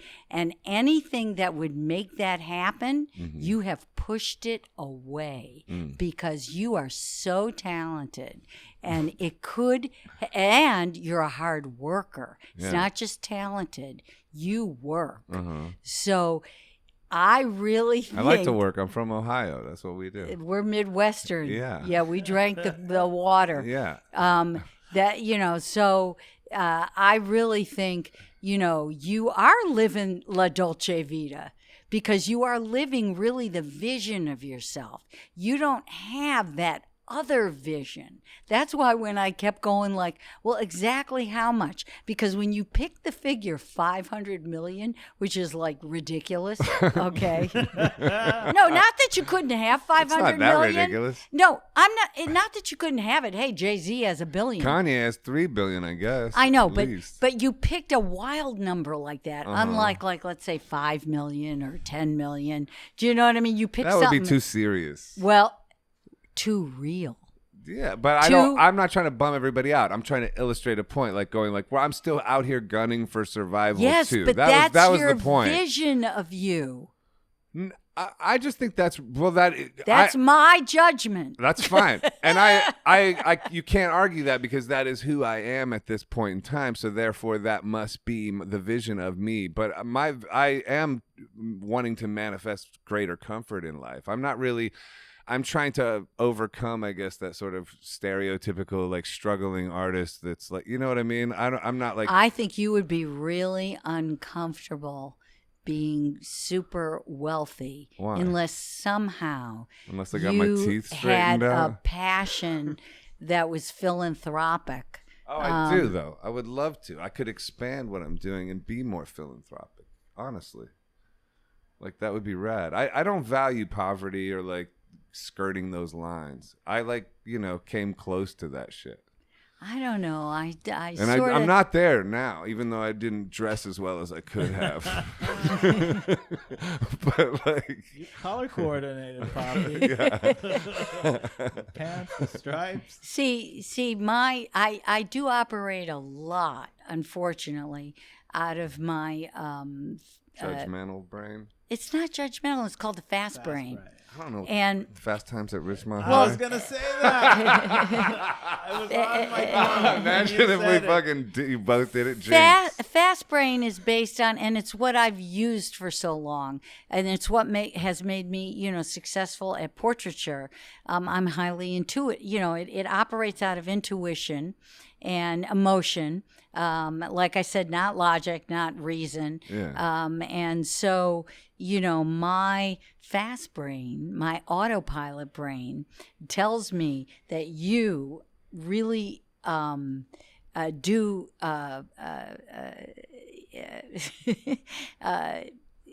welcome and take on what was the word that you used just a minute ago? Not poverty, but a vision of struggle. Yeah, I think the struggling artist thing. I don't. You don't go for that? I mean, I'm not saying that once upon a time I didn't go for that when I was a lot younger, but I'm not really going for that now. I don't value that. But I think probably on subconscious levels, you're absolutely right. At the thing driving, but like on top of my consciousness, I don't go for that. I can't go for that. But like I can't go for that. but yeah, on a deep level. Oh, you want to talk about Hall & Oates? I'm trying to overcome that. Yeah, what happened with Hall & Oates? No, nothing happened with Hall & Oates.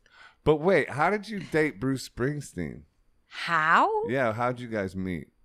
In 1972, Rolling Stone assigned me to photograph Bruce for an article titled "Sign Up a Genius Month."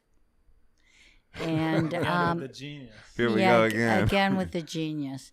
And later on in life,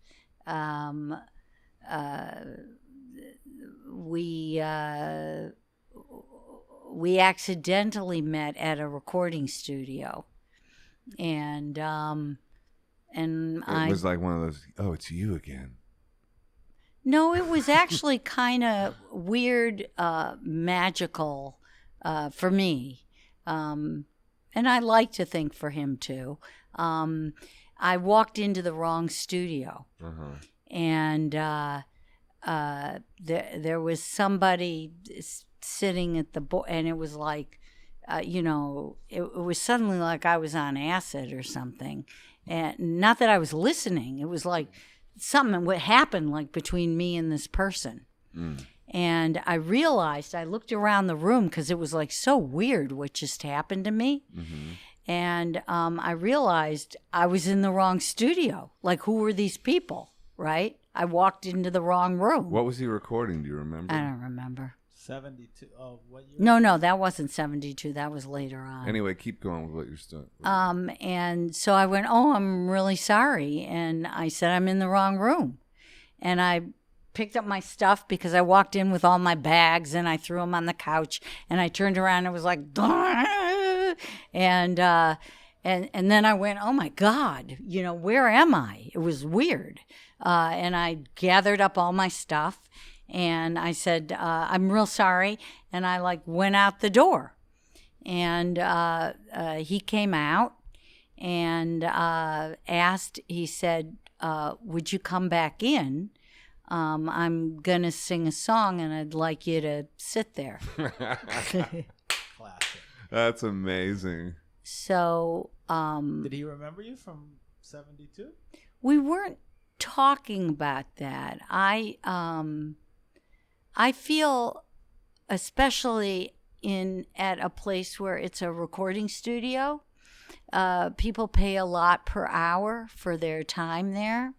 And unless you're really part of that team, you should not be there because magic happens in the recording studio, and another presence can add or take away from that. It's so obvious too when you're in a studio. It's such a sensitive environment. It's like people are either for it or working against it. Right. So that was why when I walked in, but still something happened between me and that person. Yeah, of course. I didn't even know who that person was.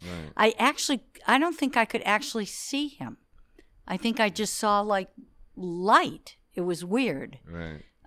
It literally felt like an LSD experience. Right. And that's the only time that's ever happened to me.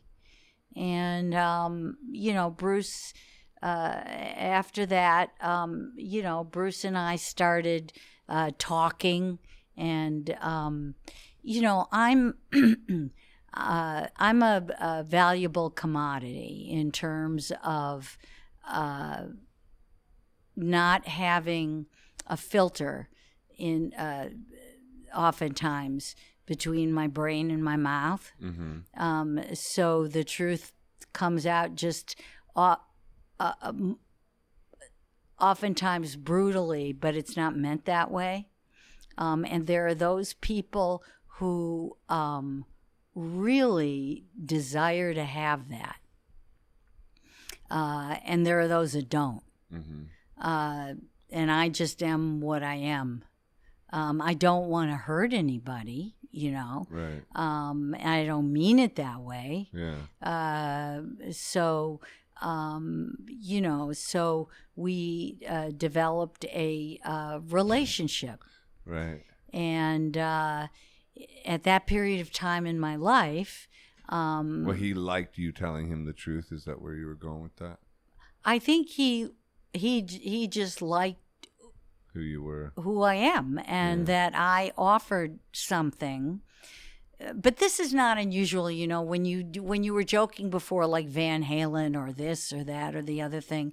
I'm sure as a musician yourself who's been out on the road, okay, you, for the most part, you have the same crew of people that you see all the time. And then there are fans, and you really don't get to, especially back in those days, more so in those days even than now, you don't get to expand your circle to people who are going to introduce you to new things. There are more people who want to like find out more what you know or have a, you know what I mean? But if you meet someone who you think is going to offer up something that expands your consciousness. Yeah. And so people have welcomed me, and not just Bruce, you know. And I know that that's been part of and You're a conduit, like a hyperdrive of the universe. I don't know that I'm any hyperdrive of the universe. I just made that up. Oh, it sounded right though. Like somebody goes through you and expands. No, I just mean well, and I really don't care. I really don't care. What do you mean you about? don't care? No, I don't care about how famous someone is. I don't care. I genuinely don't care. And I think, you know, I care more about, like, who are you? And you get used to being in a world when you're one of those people, even on a small level. Okay. What does fame even mean anymore? It's so weird now. I don't even feel like that's a thing anymore. I guess it is. Are you kidding? I know, but it's just it's a commodity. It's like everybody's famous now. Everybody's got Instagram. No, everybody isn't. They're famous to 100 people or something. Like, you know Well, what I mean? yeah. Like, Yeah. You know what I mean? They're famous to like it does. Their followers. They're famous to their followers, like whatever you're, you know, and it's like so they can express themselves and put themselves out there and sort of scratch that itch of like I am seen, I am heard, you know, I am recognized. You know, like what you said you needed from your father. Yeah. Well, I needed it from everyone. My father, my sister, my mother. Yeah. Yeah. Yeah. I don't know. You know, I don't know. I just think like. You were never starstruck, not even when you've shot James Brown, who was like your icon or your idol. Not James Brown. I probably might have been with, I was and made a very conscious decision when it came to Bob Dylan. And I was with Fred Astaire, who I did not meet. And I was with somebody like, I directed at Madison Square Garden the McGovern-Eagleton concert. And Gregory Peck came. You have to realize when you're a kid from my generation, when there was black and white television and you watch these movies, you know, I mean, that was like Gregory Peck, you know. I found myself oddly, I mean, it was odd to me that like I had a hard time speaking. You know, it was like, why can't he's just a guy, you know? So, but for the most part, other than those people that I mentioned, you know, and Fred Astaire was way beyond Gregory Peck. I probably would have fainted if I met Fred Astaire. But you know, Bob, I made a conscious decision. So there's never been anybody that would take me out of being who I am. I think we're all valuable. I agree. Yeah. Is that it? Is that the end of the podcast? I guess so. We had that silence. I guess that's it. Man. Yeah. What was that? Or do we need now men? I mean, what the hell's going on now? Well, that was deep. It was deep. What was so deep about it? I don't know. Just got deep. Oh, well. I think you live in that realm, though. Maybe. I've always been a person who wanted to connect to it's hard to talk about. It's my own thing, but yeah. Your own like connection to higher consciousness, and I feel like you're some kind of healer, maybe. I wish I'd heal myself. Well, I think we're all healers, and we all have, a certain amount of powers that we don't access, and it takes a lot of focus and will. And it also means that you create a support group around you who feel the same way that you do. And my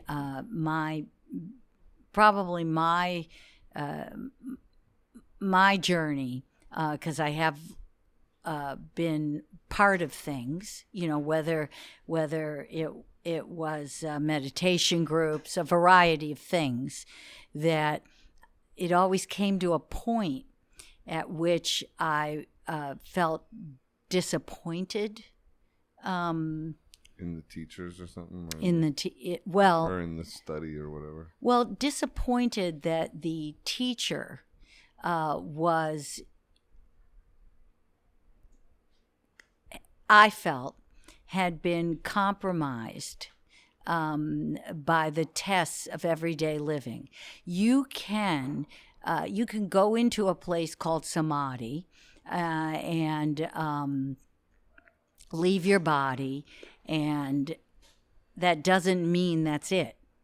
You come back, you get tested. And in those tests, that's why you should look into the 7 mansions and what, Jesus isn't Christ. Jesus became Christ. So to become the Christ, you go through various tests. And in the process of doing that, I had teachers who, let's say, I thought were the Christ. And I realized that, well, maybe they were last year, but because they got these powers, power corrupts. But so every second, not just every day, every second is a test. And every second, huh? You're in your body. Yeah. You're in your body. So as long as you're in your body, that's what's going to happen. So accept it, and be grateful for it, because there's a lot that the body offers us, that's only going to happen while we're in our body. That's why, we have this incredible planet, we got this, nature is God. Nature is the existential God. Okay. And, look what we're doing, so, I just feel like we are, it's a constant a test. And some days, yes, I am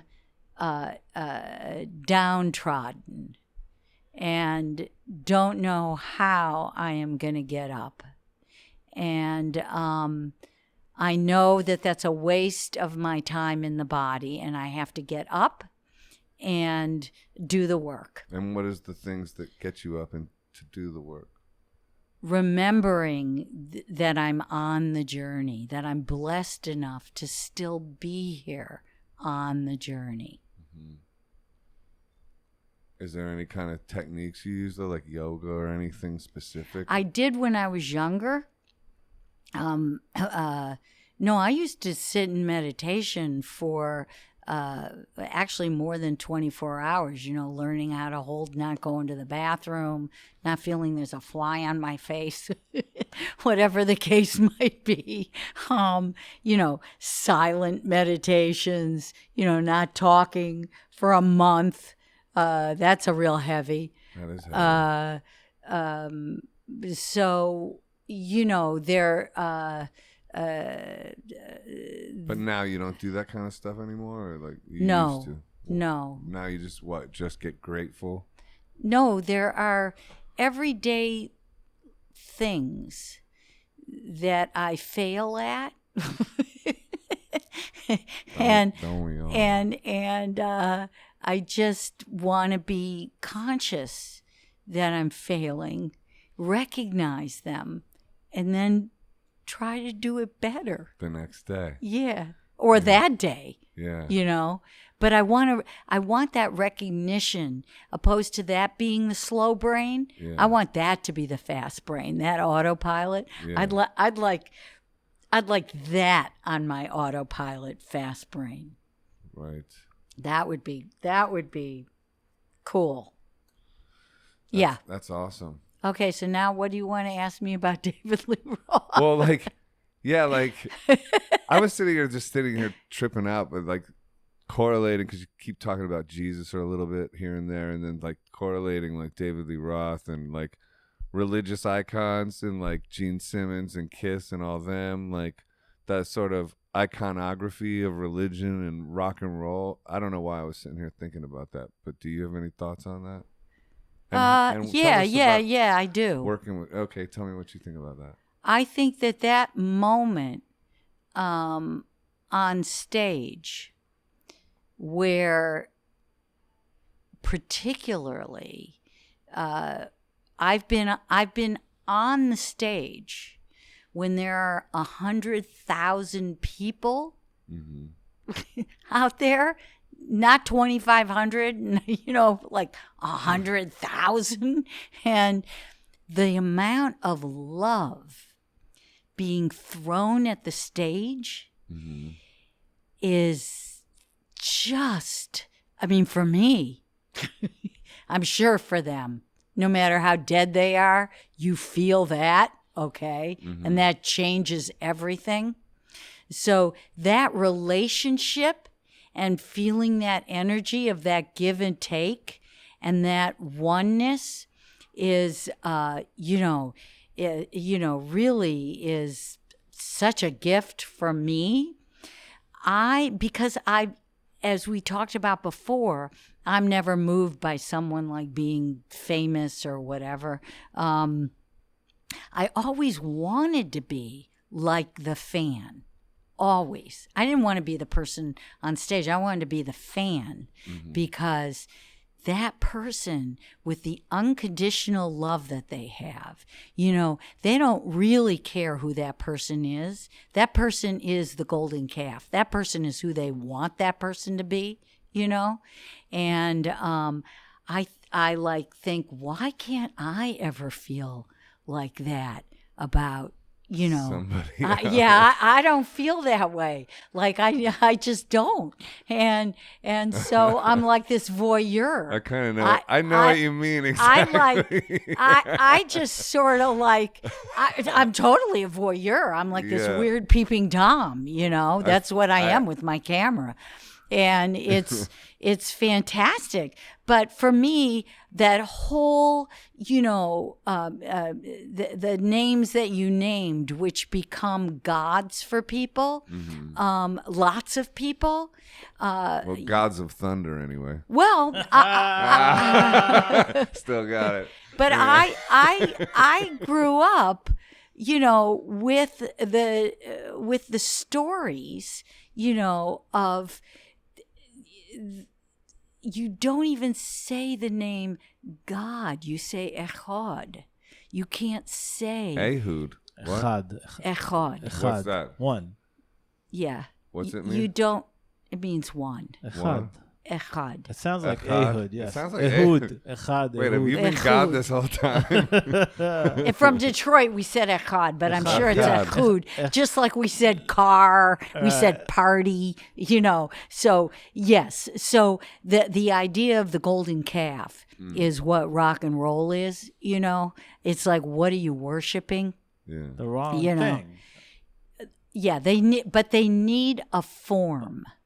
So when people want me to speak ill of a particular celebrity or whatever, people need heroes. Right. And I'm not going to take that away from anybody.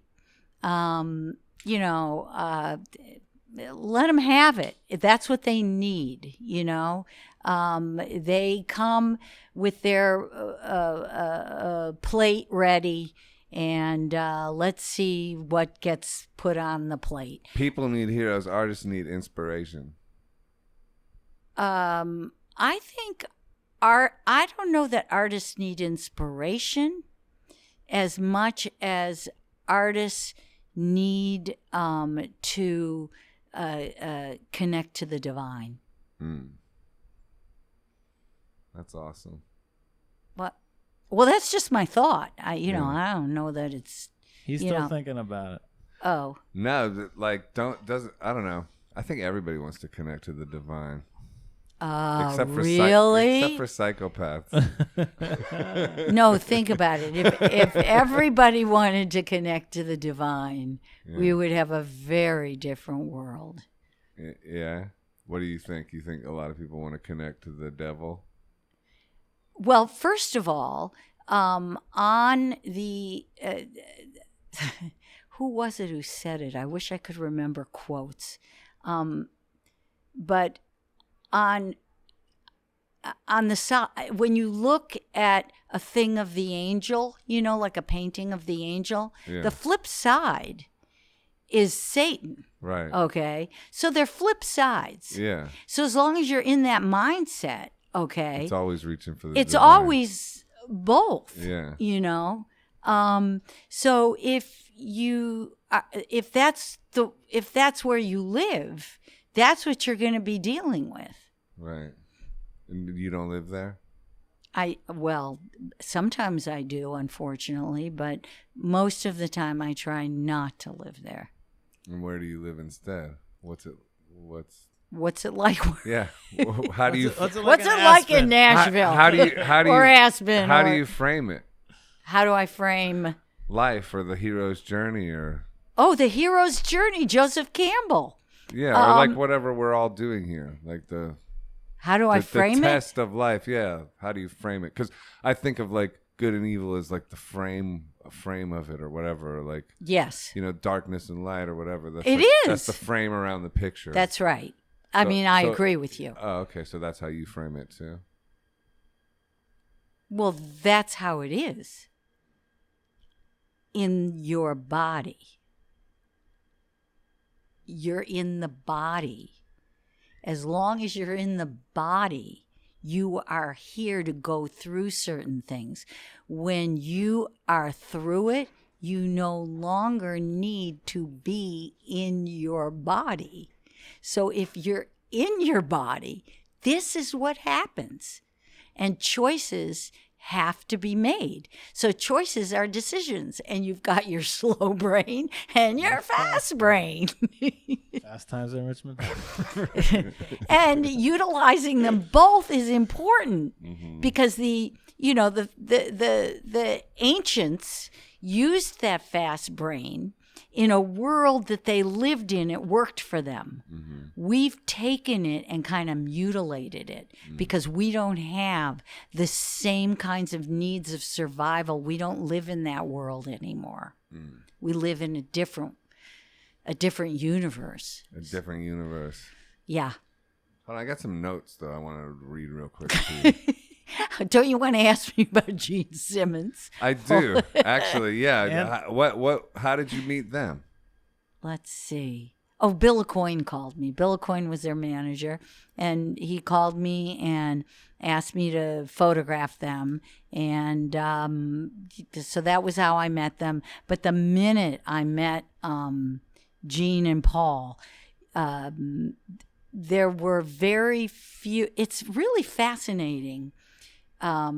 Because Gene has, in many ways, a similar background to mine. We're the same age, and his what's different is Gene's from Israel. Chaim. Yeah, Chaim Weiss. That's right.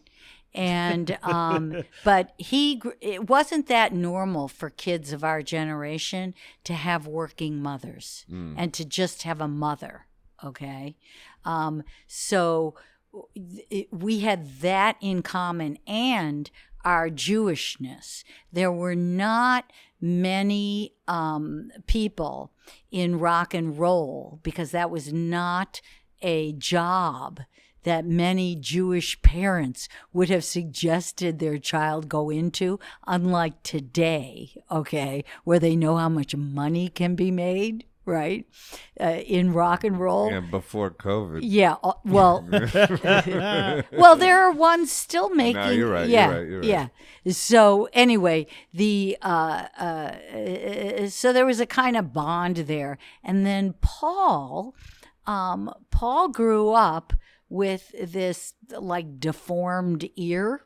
You know, and he didn't have the long hair, so he went through a lot of, Bullying. well, people teasing him and stuff. And when I was a little kid, I had a hemangioma over my eye. And I mean, because Paul's a good-looking guy and I'm a good-looking girl, but that's not what we came from. So our vision of ourselves is where people gave us issues about something physical. And the hemangioma over my eye. What's a hemangioma? It's a blood clot. Oh, okay. And it was over this eye, and this was very big, and it held over, and my eye was like closed like this. Oh, wow. Okay, so I would wear there was this actress Tallulah Bankhead who had her hair that went, so basically I see out of my left eye. Mm-hmm. Okay, and I had, which my mom shouldn't have done it, but later a little later, I don't know, I must have been 6 or 7 or whatever. I had radium treatment and they took it down, But the point is that when you're that young, that's when you're forming various associations. And so, here, Paul, who has this ear, we look at him today, and how does he make his living? It's with music. And then mine is all about vision, and I'm one-eyed, That's fascinating. So I bonded with them in very different ways because Gene was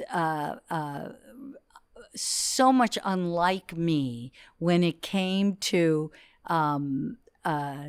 we would talk about, because Gene always talks about it, we'd talk about sex, right? Mm-hmm. Well, who wouldn't? I mean, if you're with Gene, you have to talk about that. Did you guys hook up? No. Oh, no. It's a valid question. I mean. Oh, no, I would tell you. No. But I don't know. The reason I'm saying no is because Gene, to his credit, okay, is a very upfront person. Yeah. So he's like, I don't practice fidelity. I'm just into fucking. This is what I do. And it's like. Is he still like that? Nah. He's changed. No, yeah. Well, he's evolved.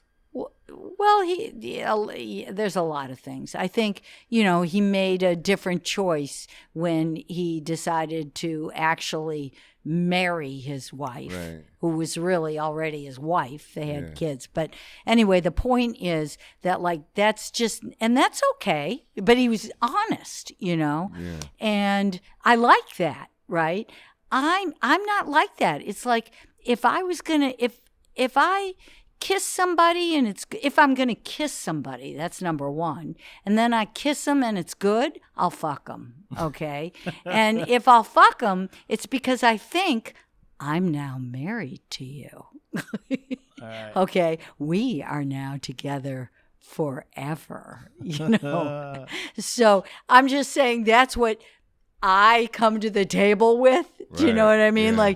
Just because of my whole history of where I come from in Detroit and the time period and who knows what, as wild as I looked, okay, I was so straight. Mm. And it's just that's the way I am. Right. It's the way I'm built. Mm-hmm. So I'm not judging it.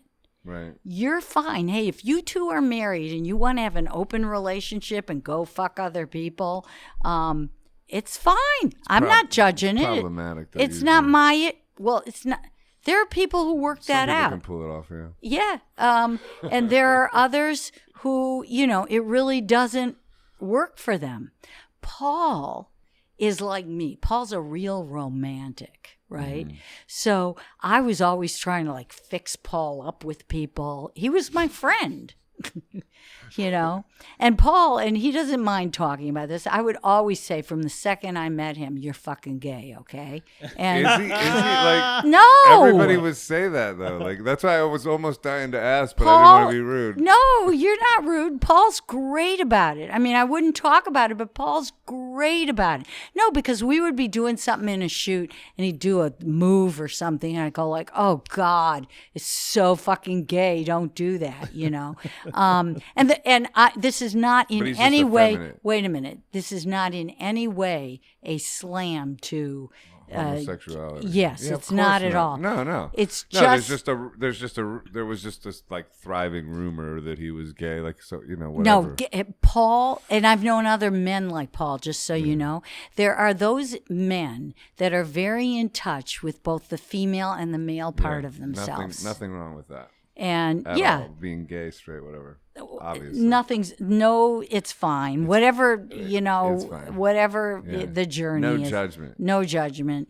But Paul, is very, very much a heterosexual. Yeah. And he wasn't for me. He wasn't my type, but he's also the kind of guy, because he's so in touch with the female part of himself, that he can have women friends. Yeah. He doesn't have to be like dating you, having a sexual relationship with you. You can be friends. You can go to the movies. You can, you enjoy each other's company. I like having female friends. Yeah.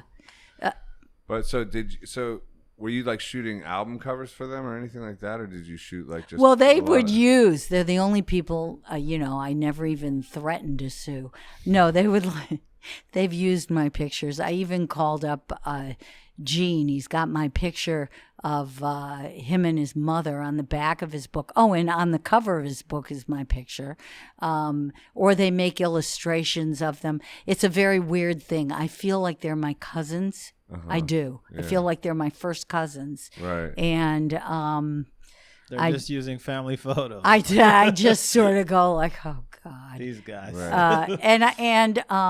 I love them because they are who they are.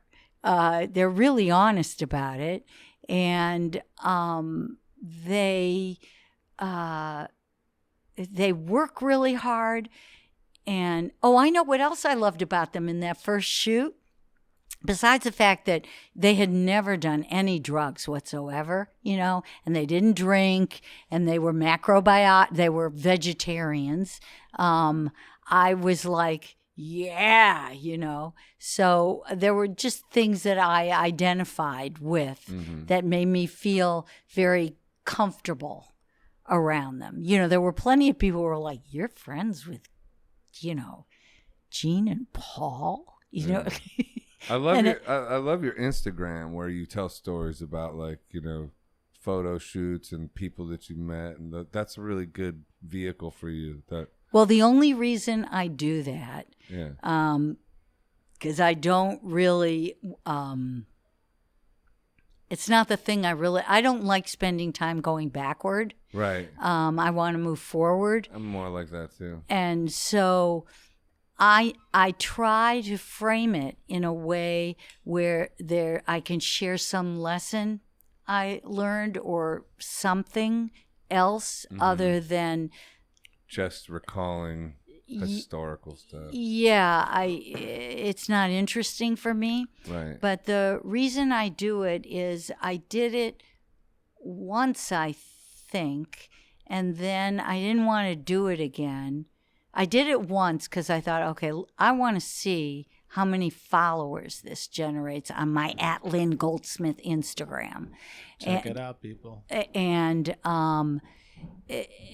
And see what happens, if there's a difference between this and that, And I thought, and I got, some followers, but I thought, and the only reason I cared about that is because book publishers now, and I want to do more books. Yeah, you gotta- even though my you books gotta have been grind. successful, You don't they have no to- longer look you at don't like have to apologize your for that. pictures or anything. No, I'm explaining.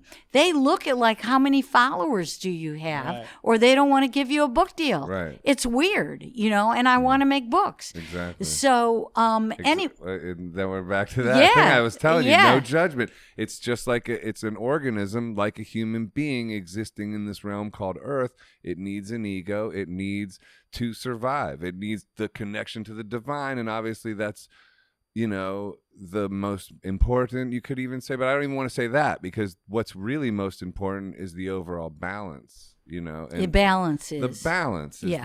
and that includes, hey, I need some attention for this, or like not in any Yes. goofy way, or No, like I understand. in a way that's like, yeah, just And- you're grinding. Yeah, and but there's things I enjoy about it. Well, so of anyway, course, I of didn't course. want to. I didn't want to do it. When I say again. grinding, I don't mean not enjoying. I mean, Yeah. that's lingo for people that like to grind or whatever. It means work hard.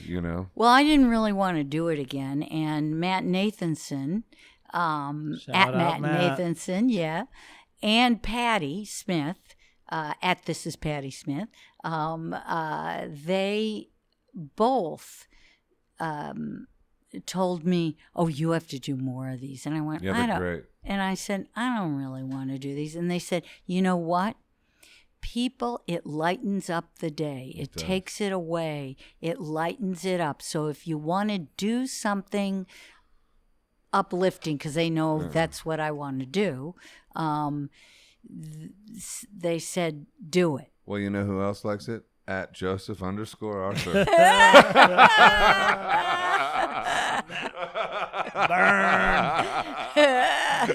Wait, I like it too. At _Lazen. Oh, fuck. So wait, tell that story about David Lee Roth and the It's Bell really Bottoms, funny. and then you walking with Eddie Van Halen and him saying he wished he was Bruce Springsteen. Because I talked about that? Yeah. Well, David Lee Roth was also one of the rare Jews in rock and Yeah. roll. And They're not that rare. Bob Dylan, Leonard Cohen, Lou Reed.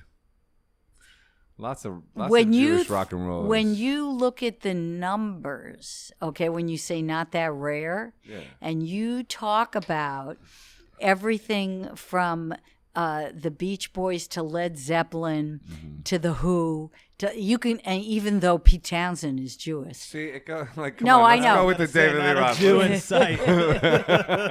Let's do Jews who rock, Paul Simon. Save your life. But it's it's a numbers thing. That's all. Okay, you're right. So Yeah. you related with him on that. Yeah. So also his parents are like psychiatrists, and he's a guy that if he didn't have that job singing, and jumping and performing, he so easily would have been like a successful DJ, probably as big as Howard Stern, Well, he if took not over bigger. for Howard Stern. Oh, he did? He did. Oh, He was. That's a trip. Yeah, he was like the first one they hired, and it kind of didn't do what they wanted it to. It got canceled or whatever, but it was okay. I mean, it's hard to follow Howard Stern, But anyway, Well- he has done that. He was also an EMT. Yeah, that was after the After the Howard Stern? maybe before. I don't know. Oh, I don't know, but anyway, he's he's a character. Yeah, he's awesome. But The character. he's a character, but I felt closer to Eddie, and because Eddie is so quiet, and I felt like David didn't need or want my input, not in a negative way, but it's like I don't think he could hear me, and Eddie could.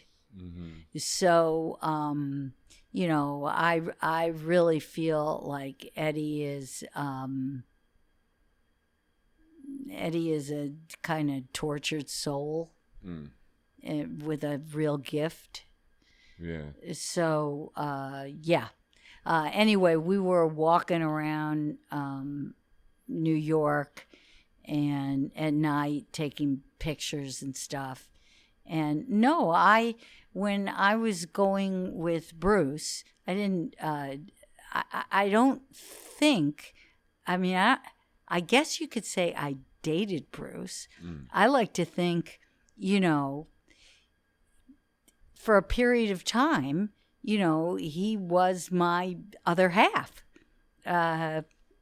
And that was for a period of time. But I was very, very sensitive about people recognizing, and there comes that word again, Lynn Goldsmith. Springsteen. At that time. So I did not want Hyphenated. want to be associated with him. So you cut it off? Well, yeah, I did stop the relationship, but because you didn't want to be associated? I didn't feel like I could I didn't feel I was capable of giving him what he needed. A person like that who's doing what they're doing really needs clear, loving support. I am on my own journey, and I'm not there, bro. What's that? So you couldn't offer Mine clear, was loving as strong as his. Right. And so you would so- be more what? Unlike where Patty could like stop and go with Fred, okay? You I weren't gonna stop and go with Bruce. I wasn't there. That's not where I was, you know, in my head. I was not capable of loving another person until I could, you know, achieve various things in my own life. Yeah, so Say that last sentence again. I don't know. You didn't want to let go of what you had and just go with Bruce. You had your own direction. Oh yeah, you had your own vision that you were going to follow. Well, I had a lot of things Is it that because I he got wanted. too big and you felt it was going to overshadow you and force you Well, to quit? in part, his the for who he is, and the pressure that he felt at the time of where he was at in his career, he needed the loving support of, A wife. well, a person, and a mate, you know, and I was not ready to do that. And also, when I looked at what life would be like, it meant, okay, then I don't know if I'm going to keep going on my Lynn Goldsmith path, okay? It would change your trajectory. It would change the trajectory, and then I'd be on this journey of somebody else. And I didn't, I mean, that was in my mind. I don't know that that's the reality, but that was what was in my mind. And I felt like this wasn't for me, and we talked about it very, you know, like good friends who loved each other. And I thought we came to a very nice ending. Are you still in touch with him at all, ever, or not? Yeah. Oh, Once in a blue moon. right. No, there was a problem where when he played Madison Square Garden in 1979 for the Muse benefit, something happened there that I've written about in my book. I really don't want to like talk about it, and that came about as it would between oftentimes couples behave in ways with each other that are not how they, normally are. And it was his 30th birthday, which was a big deal in terms of, in those days, you thought your career might be over when you're 30. Yeah. Playing Madison Square Garden was a huge... It's almost like a retirement show. A huge deal. A lot of things. Mm-hmm. Yeah. And so, you know, I think that he behaved in a way which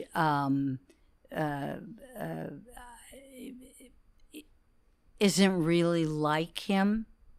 So I don't like talking about it. Wow. But it's in the book that you're about to put out? No, it was in, Rock I and only Roll wrote Stories? about it. Yeah, it was in Rock and Roll Stories. You know, I just wanted, because so much was said at the time, in the newspapers, in books since then, and About that story? About what happened, yeah. Oh, I don't know. Well, what the point is, it's a small moment in history. Anyway, but the point is that you don't want to I'm say a what girl. happened? I'm the girl photographer. He's the heroic Bruce Springsteen. So I felt that it was twisted in a way where, like, I was at fault, okay, and had bad behavior and did something deceptive. That's how it was framed, okay? And that's just not true. But I didn't want to respond to it because I felt that would just feed the flames. I thought it'll, like, die down. But then CBS blacklisted me for years. Blacklisted you, like what? To being on their TV or any of your work, or never hiring me right for any albums, for so anything. What was the word on you then? What did they say you did that caused that? They said that I was, I mean, it's so ridiculous that I was taking these concert pictures that, like, I wasn't allowed to take. I was running the whole Muse press thing. I don't really want to go into it because it's, like, fucking stupid. But the bottom line is it gets turned around because he has to be, like, the hero. And he did something which was really bad and not heroic, okay? He hit me on stage. Oh, fuck. I didn't know. I'm sorry to hear that. Yeah, it was very bad for me. And so, I had no idea. Yeah, in front of all of Madison Square Garden. And so, so it's a moment, and it should have been a private moment, which was very public. So I could have, and headlines were like how I was suing them, because I'm the Jew girl. Do you know what I mean? I'm suing. I wasn't suing. I never sued them. What are you talking about? But once something's in print, it's like, what is the truth, right? What caused that to happen on stage in such a public event? That seems insane. It's hard to imagine. You ever been in love? Yeah, yeah. No, I get that. So, like, but was it off to the side or something like that, or was it in front of everybody? Like, it was in front of everybody. Wow. Yeah, but I ended up getting blamed. How is that possible? You don't even want to. It's a similar thing to the. How is it possible that Trump is our president? Well, I mean, in a different realm, it's similar to the Warhol thing. In a different realm, yeah, it's different. It's different, but the powerful. Well, the powerful thing is entity. you put stuff out into the press. Like, they put out into the press that I asked for the Warhol Foundation, not just in the press. They filed in the federal court papers, okay, that I threatened for an exorbitant amount of money. Okay. Now that is, swear to God on my life, may he strike me down at this moment.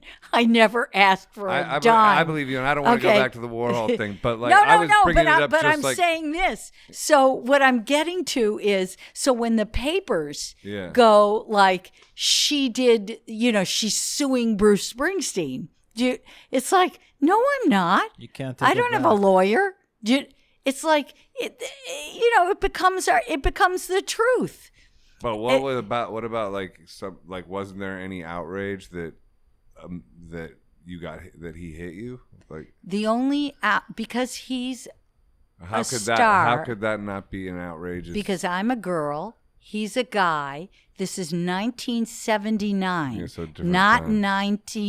not 2020. Right. It's 1979, and where is your bread buttered? Okay, so the only people who stood up that I know of, that went in his dressing room and told him the fuck off, okay, was, believe it or not, Meatloaf. Okay. Tom Petty didn't tell him off, but Tom Petty made it clear to him, and also called me up and said, I want you to come now, and I'm going to put, the two of you, blah, blah, blah.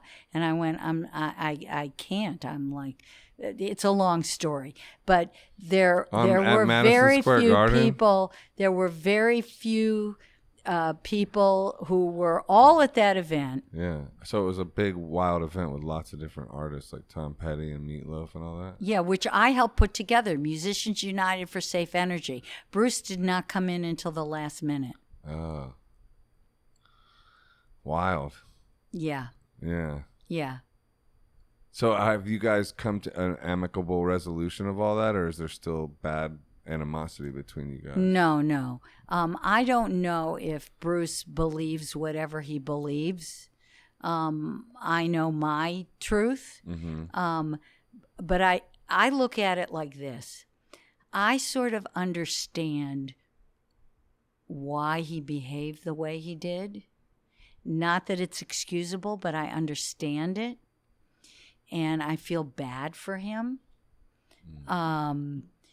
And I love that so many people get inspiration from him. Mm-hmm. So that was a little moment. I don't want to make any kind of deal that people should. If you're going to have a golden calf, he's not a bad one to have, okay? Mm-hmm. And so, he tries hard. Mm-hmm. He means well.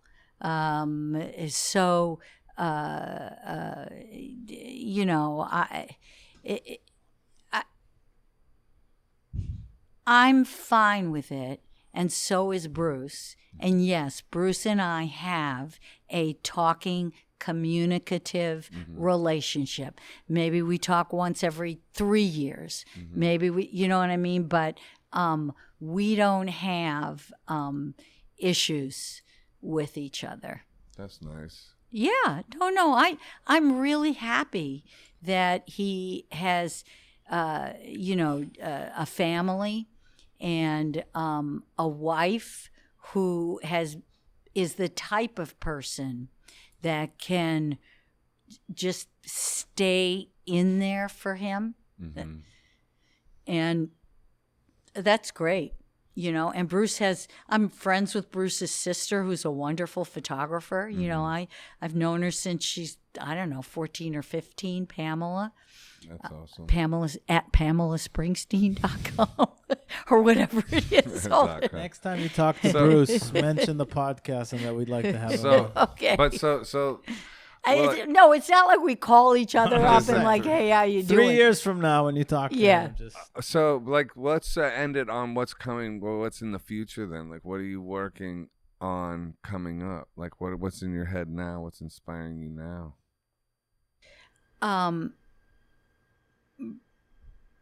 Right now, because painting has been a fear that I busted through. Yeah.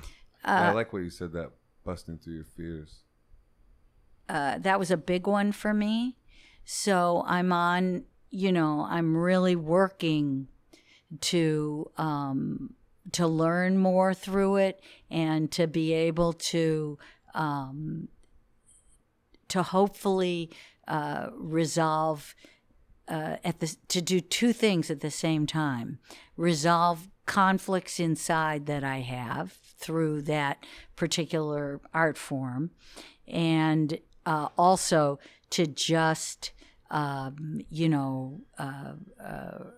reach for that connection to myself without any need or desire for recognition. So I don't need to paint thinking I'm going to show at any time.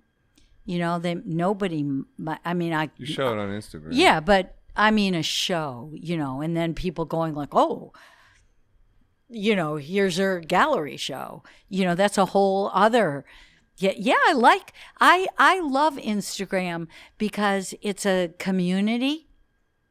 And so when I think about giving up social networks, particularly after seeing the documentary Social Dilemma. Yeah.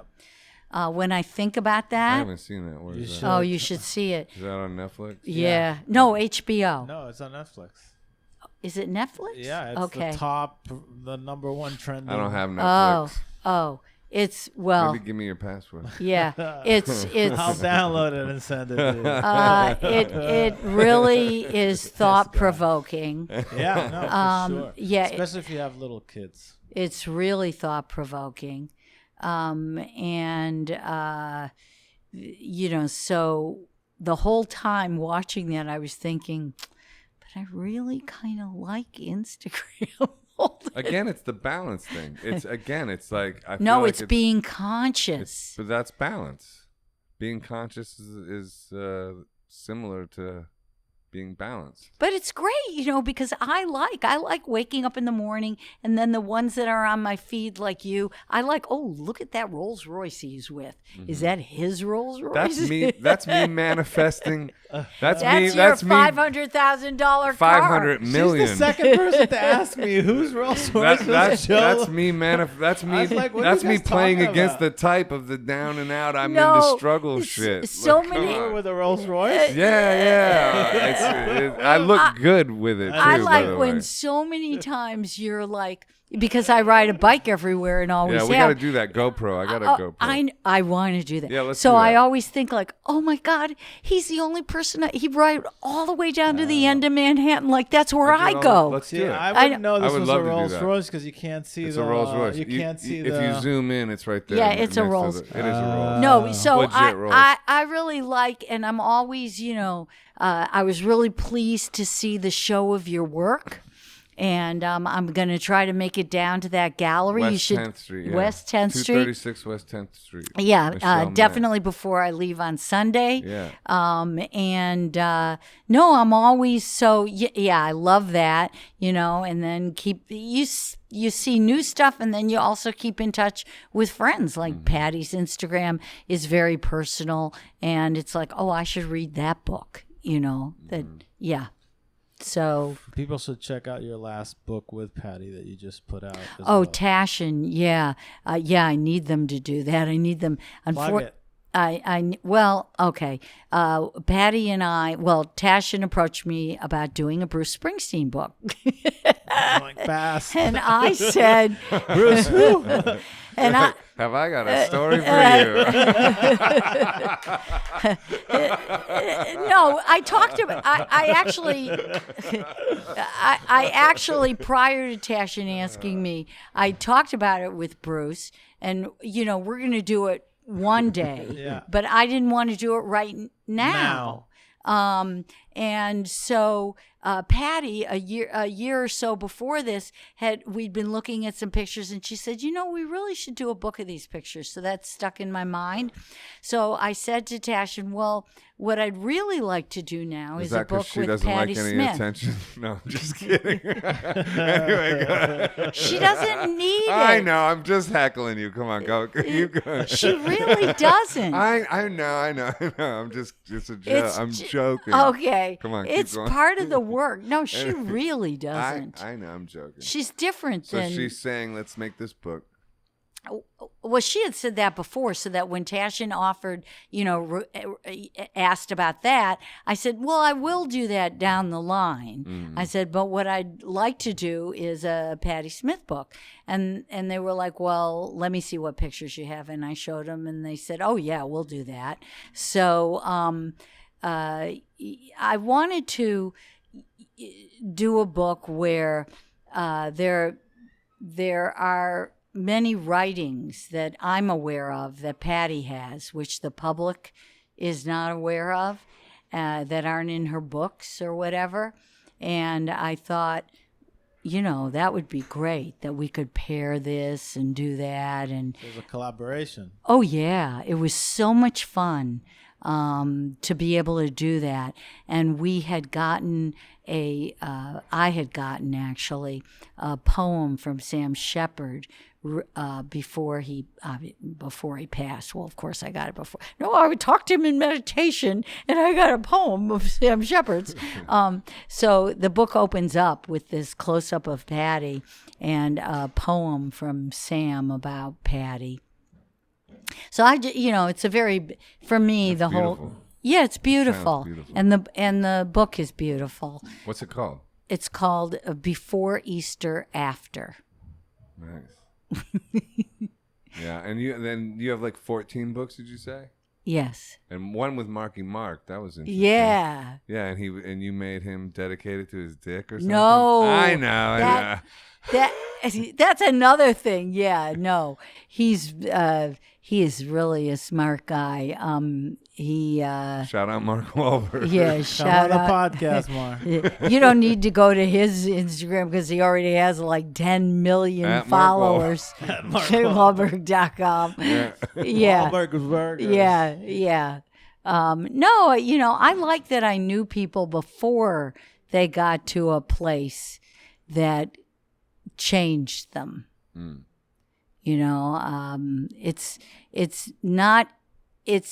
It's very difficult to not be seduced. By Mark Wahlberg? No, in this world. Right. Oh, by the demons that come with fame and power. You're and right. Money. And pleasure and endorphins. All of that. Yeah, it's a constant test. It is. You know who's amazing with that was Marcus Aurelius. Like the Stoic dude. Yeah, he was like king of the world, and he was like, "Nah, I'm gonna have like rice again and go to bed at 8 p.m. and not dating anyone." Boy, I wish I could. It's like, or something. I'm just. I'm gonna around. send you. I don't know the facts. No, there's a Marcus Aurelius quote, which I would like to be able to show you how smart I am and pull it out of my hat right now, because it's like these things that like are important to me. I'm gonna just post it on. I'm gonna comment on your Instagram. Okay, there you go. Okay, good. Yeah. Yeah. Remember, like when you commented. But he had it down. Remember when you commented on my Instagram when I said I built a magical hideout in that red lighthouse with a basement and a cat and a pool in it and all this, and I made up this fantastical thing about the red lighthouse. And what did I say? And then I said, you got mad at me. You said, "Hey, you're gonna cause the police to have to go investigate the red lighthouse.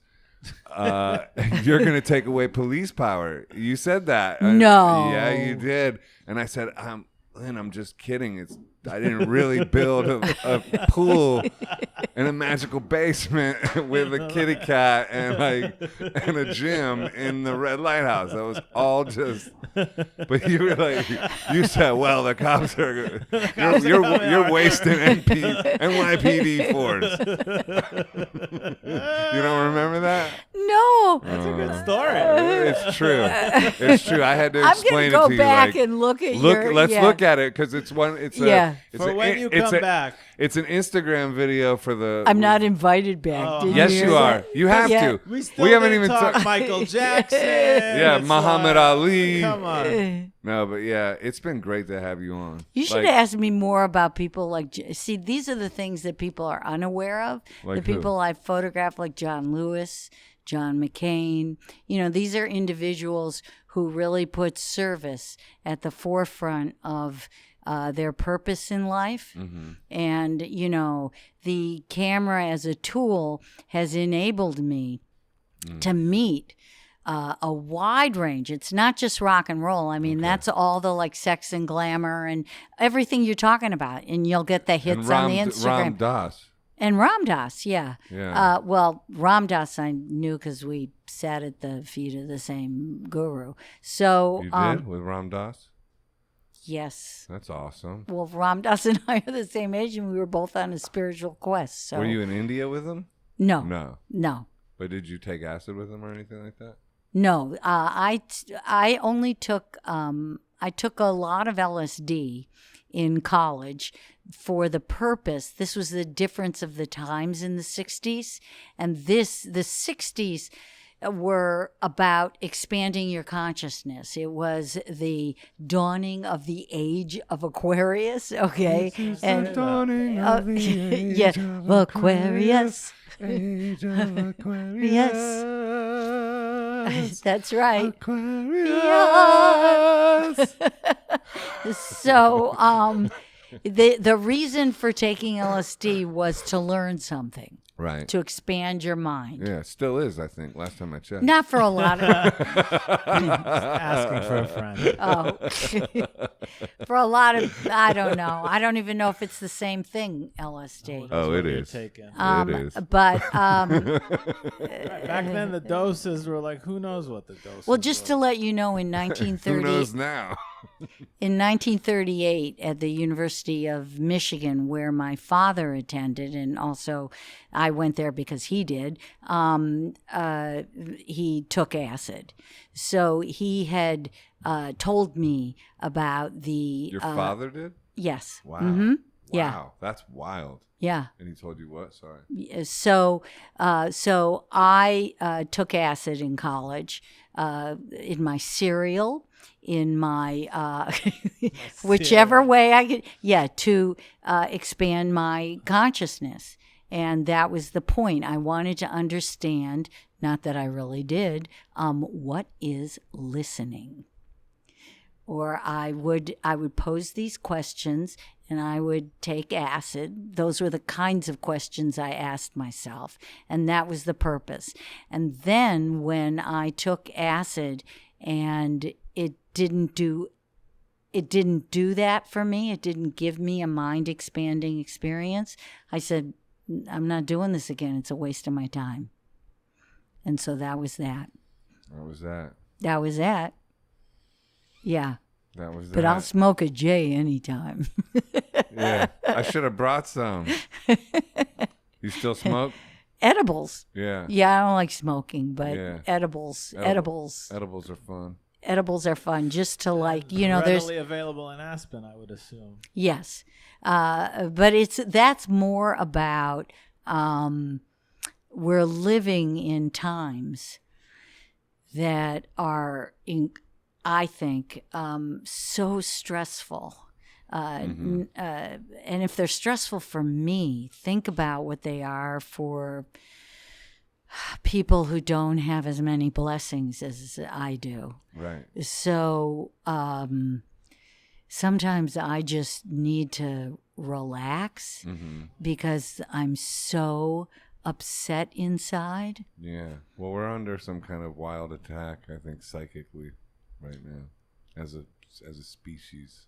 Well, the harder the test, the higher we're going. Let's hope we get there. We're Well, aiming pretty high. If We're we, aiming high. yeah, you got, but people will have to stand up, Yeah, I agree with you on that. and no matter what. I mean, we all know if Joe Biden wins, there will be trouble in the streets. And if Trump wins, There'll be trouble. there'll be trouble in the streets. Yeah, you're right. I just think that there If are. Kanye wins, we'll have peace. Oh my God. First of all, I'm just kidding. is that. Yeah, but look at me. But it could be like Well, it is would that defuse the bomb. Could you? Well, It would no. diffuse Here's the Civil deal. War, because everybody would just be Imagine like, this. "Wait, what do we do now?" Well, imagine this. Imagine having Trump for 4 more years, and then after him, Kanye. we get Kanye. I mean, it would just be this Hollywood film Yeah. that is unbelievable.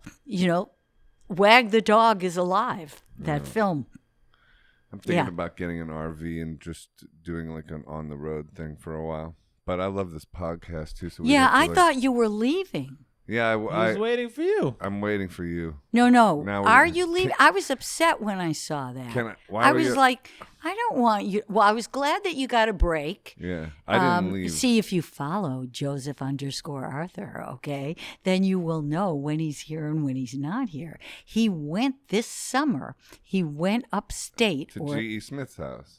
Shout out Yes. G.E. Smith. Shout And out. then making a Do we record know with him. his Instagram? G.E. Smith Smith music. Music. Actually, yes, yeah. We've had him on the pod. He's a great guy. Yeah, no, I know GE. Yeah. I bet from the Hall & Yeah. Oates date. No, well, No? I knew him from Hall & Oates, but I knew him because he married someone who I grew up with and was best. Taylor?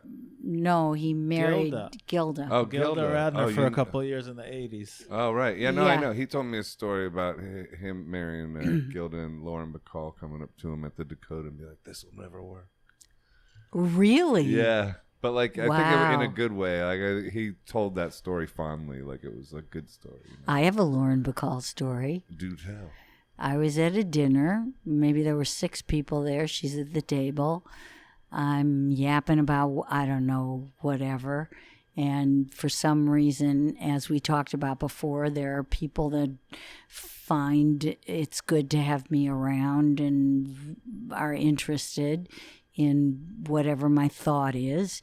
And during that dinner, I guess she felt that way about me. And she came over to me and said, "I want you to tell me why my daughter hates me." So I was like, Wow. I was like, exactly.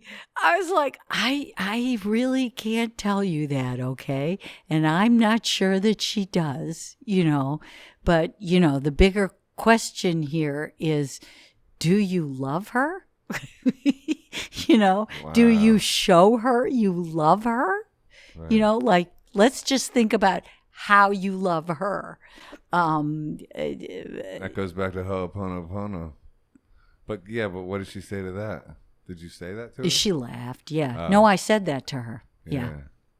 That's awesome. So that's my Lauren. It was so out of because that's a very personal thing to say to someone, I mean, yeah. Yeah. Yeah. I So mean, were you hanging out in the Saturday Night Live realms with Gilda Radner and all that? Did you know those types of people? yes. Yeah. Yeah, I saw some pictures of Belushi that you took, right? Yes. Well, I've done a lot of things, and one of them is, I wrote and photographed for the National Lampoon a thing called Photo Funnies. And so I was part of all of those people.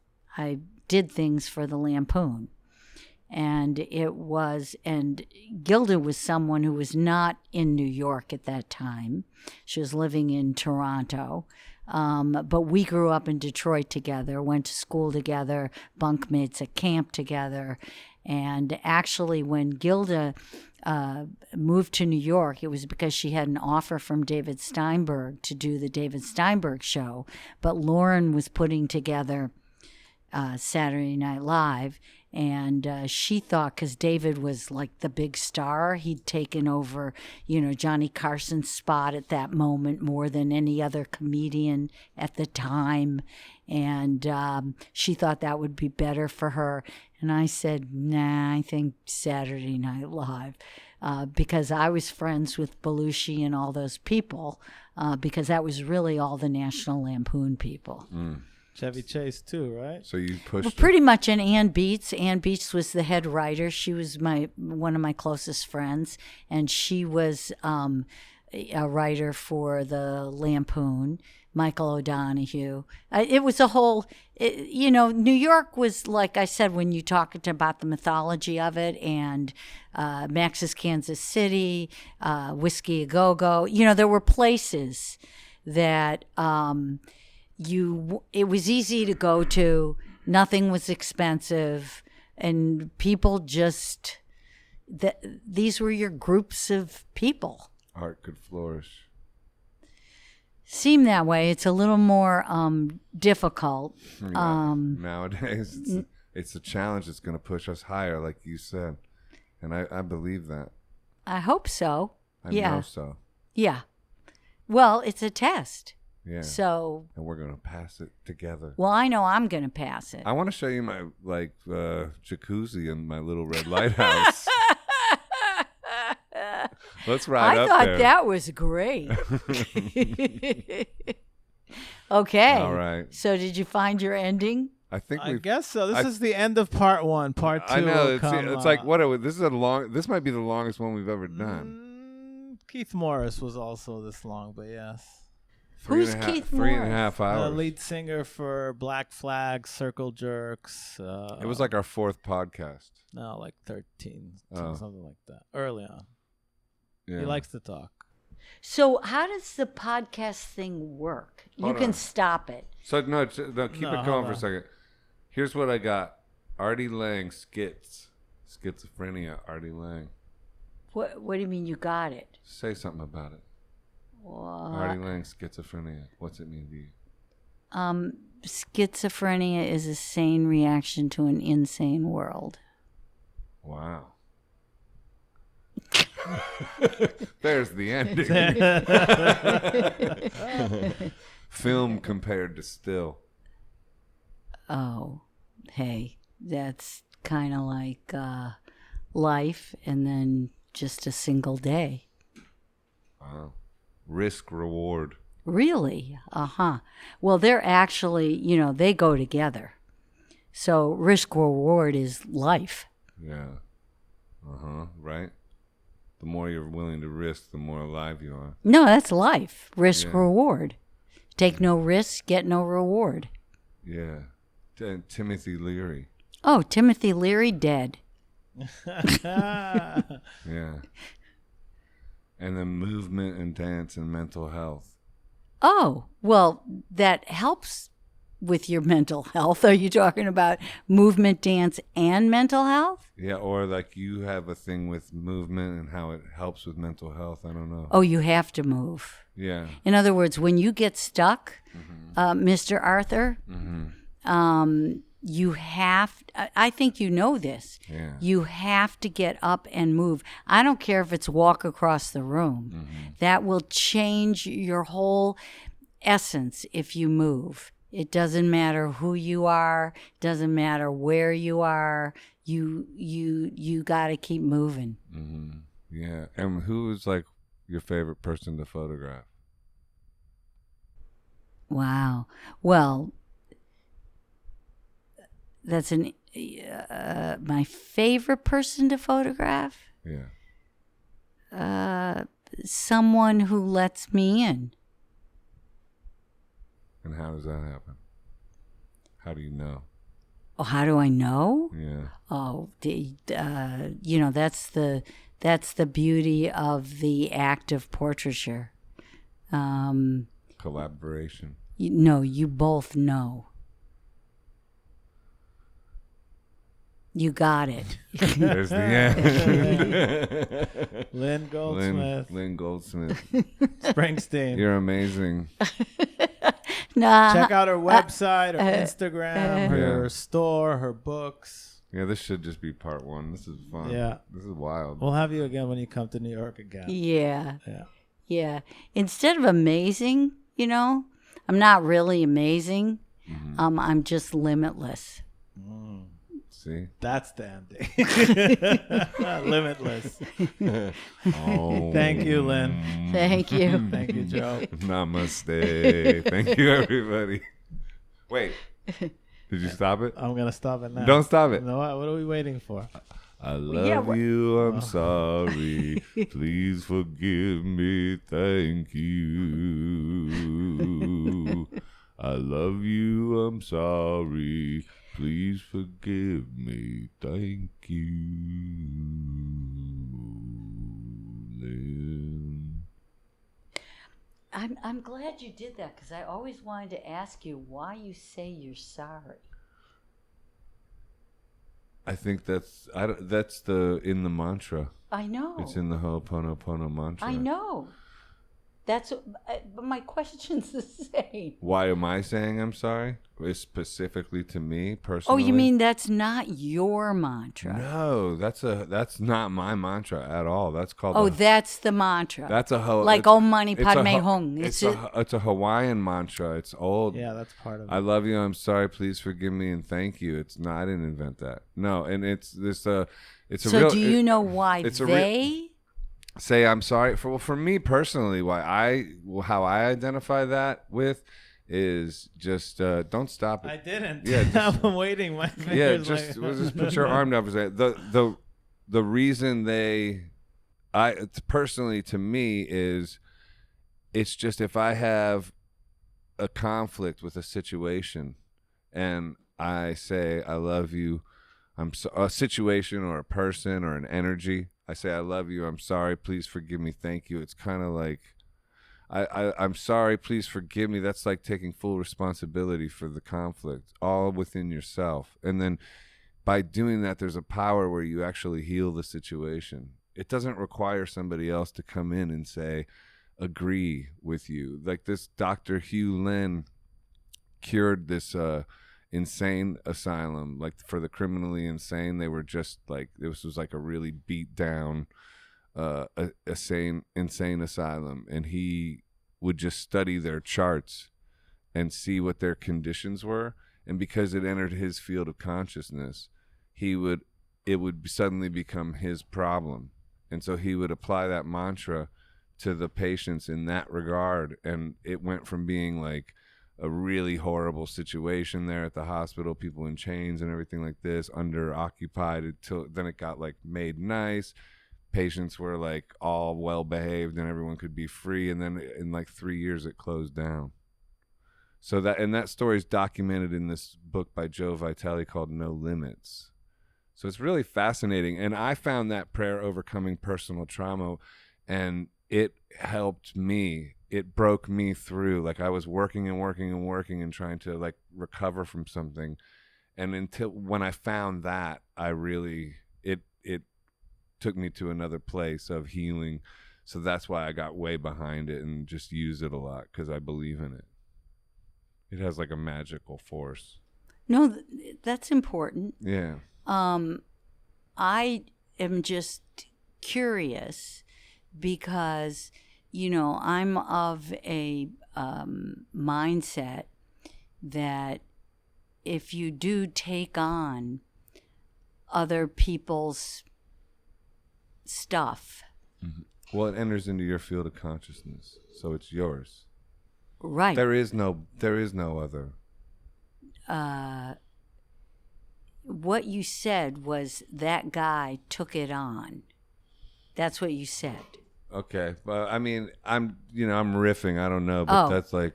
Okay. I mean, that's the story as I understood it, that he would read the files, and because it right, but it makes perfect his sense. Field of consciousness. Right. Everything you say makes sense. Yeah. But my mindset is, if someone takes something on and they don't have the tools to then send it up, Okay. But he was doing specifically That's why it that. closed or it wouldn't have closed. Yeah, he was calling. He was taking it on. He called it cleaning.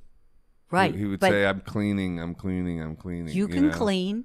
You can you. What I'm saying is, you can clean, but if you don't know how to then release it, you said it ended in 3 years, right? Yeah, I guess that's the story. Yeah, because you 3.5 can't years. keep taking it on. Yeah. You have to have the tools to release it. So that's neither here nor there. In my experience with that particular mantra, the mantra itself does all the heavy lifting. It does clear it. Its agenda is to clear it. So what it's doing is clearing it.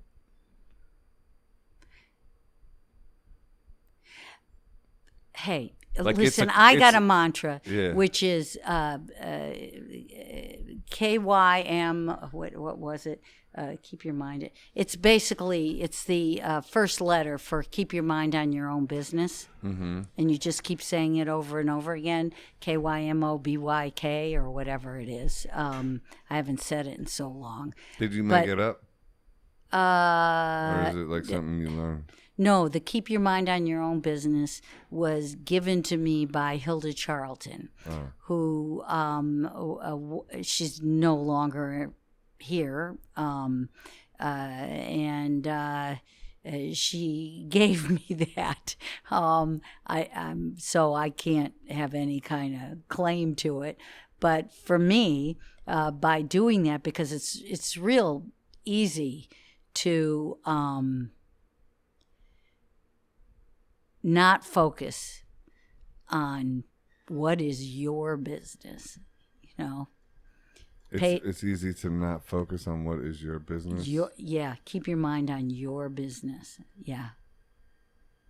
Yeah. The work you need to do. Everything in your field of consciousness is your business. Yeah. Keep your mind on your business. Yeah, but we That tend to encapsulates everything.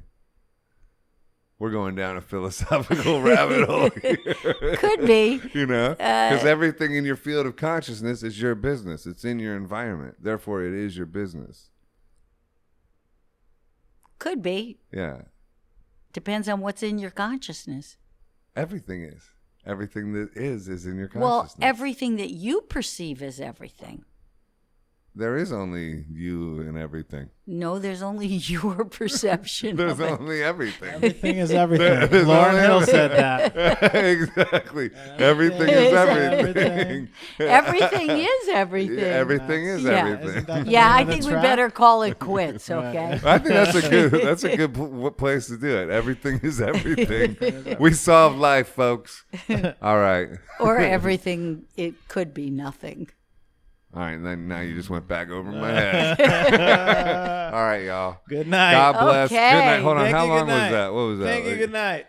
3.5 hours at least. Well, Yeah. I figured you'd cut it up or whatever. No, this. Are you kidding? It's all just gonna go out like that. Get out of here. For those of you still with us after 3.5 hours. For anyone who Thank would you. continue to listen to this, Thank you. I hope that everything is everything for you. They got there. Everything is everything. We got there, folks. That's what counts. Thank you. Good night. Thank you. Good night. Thank you. Good night.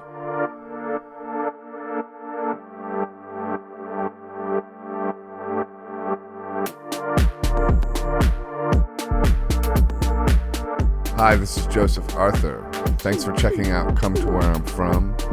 Please support us on Patreon, patreon.com/come to where I'm from. We are an independent podcast, and any contributions you can make are greatly appreciated.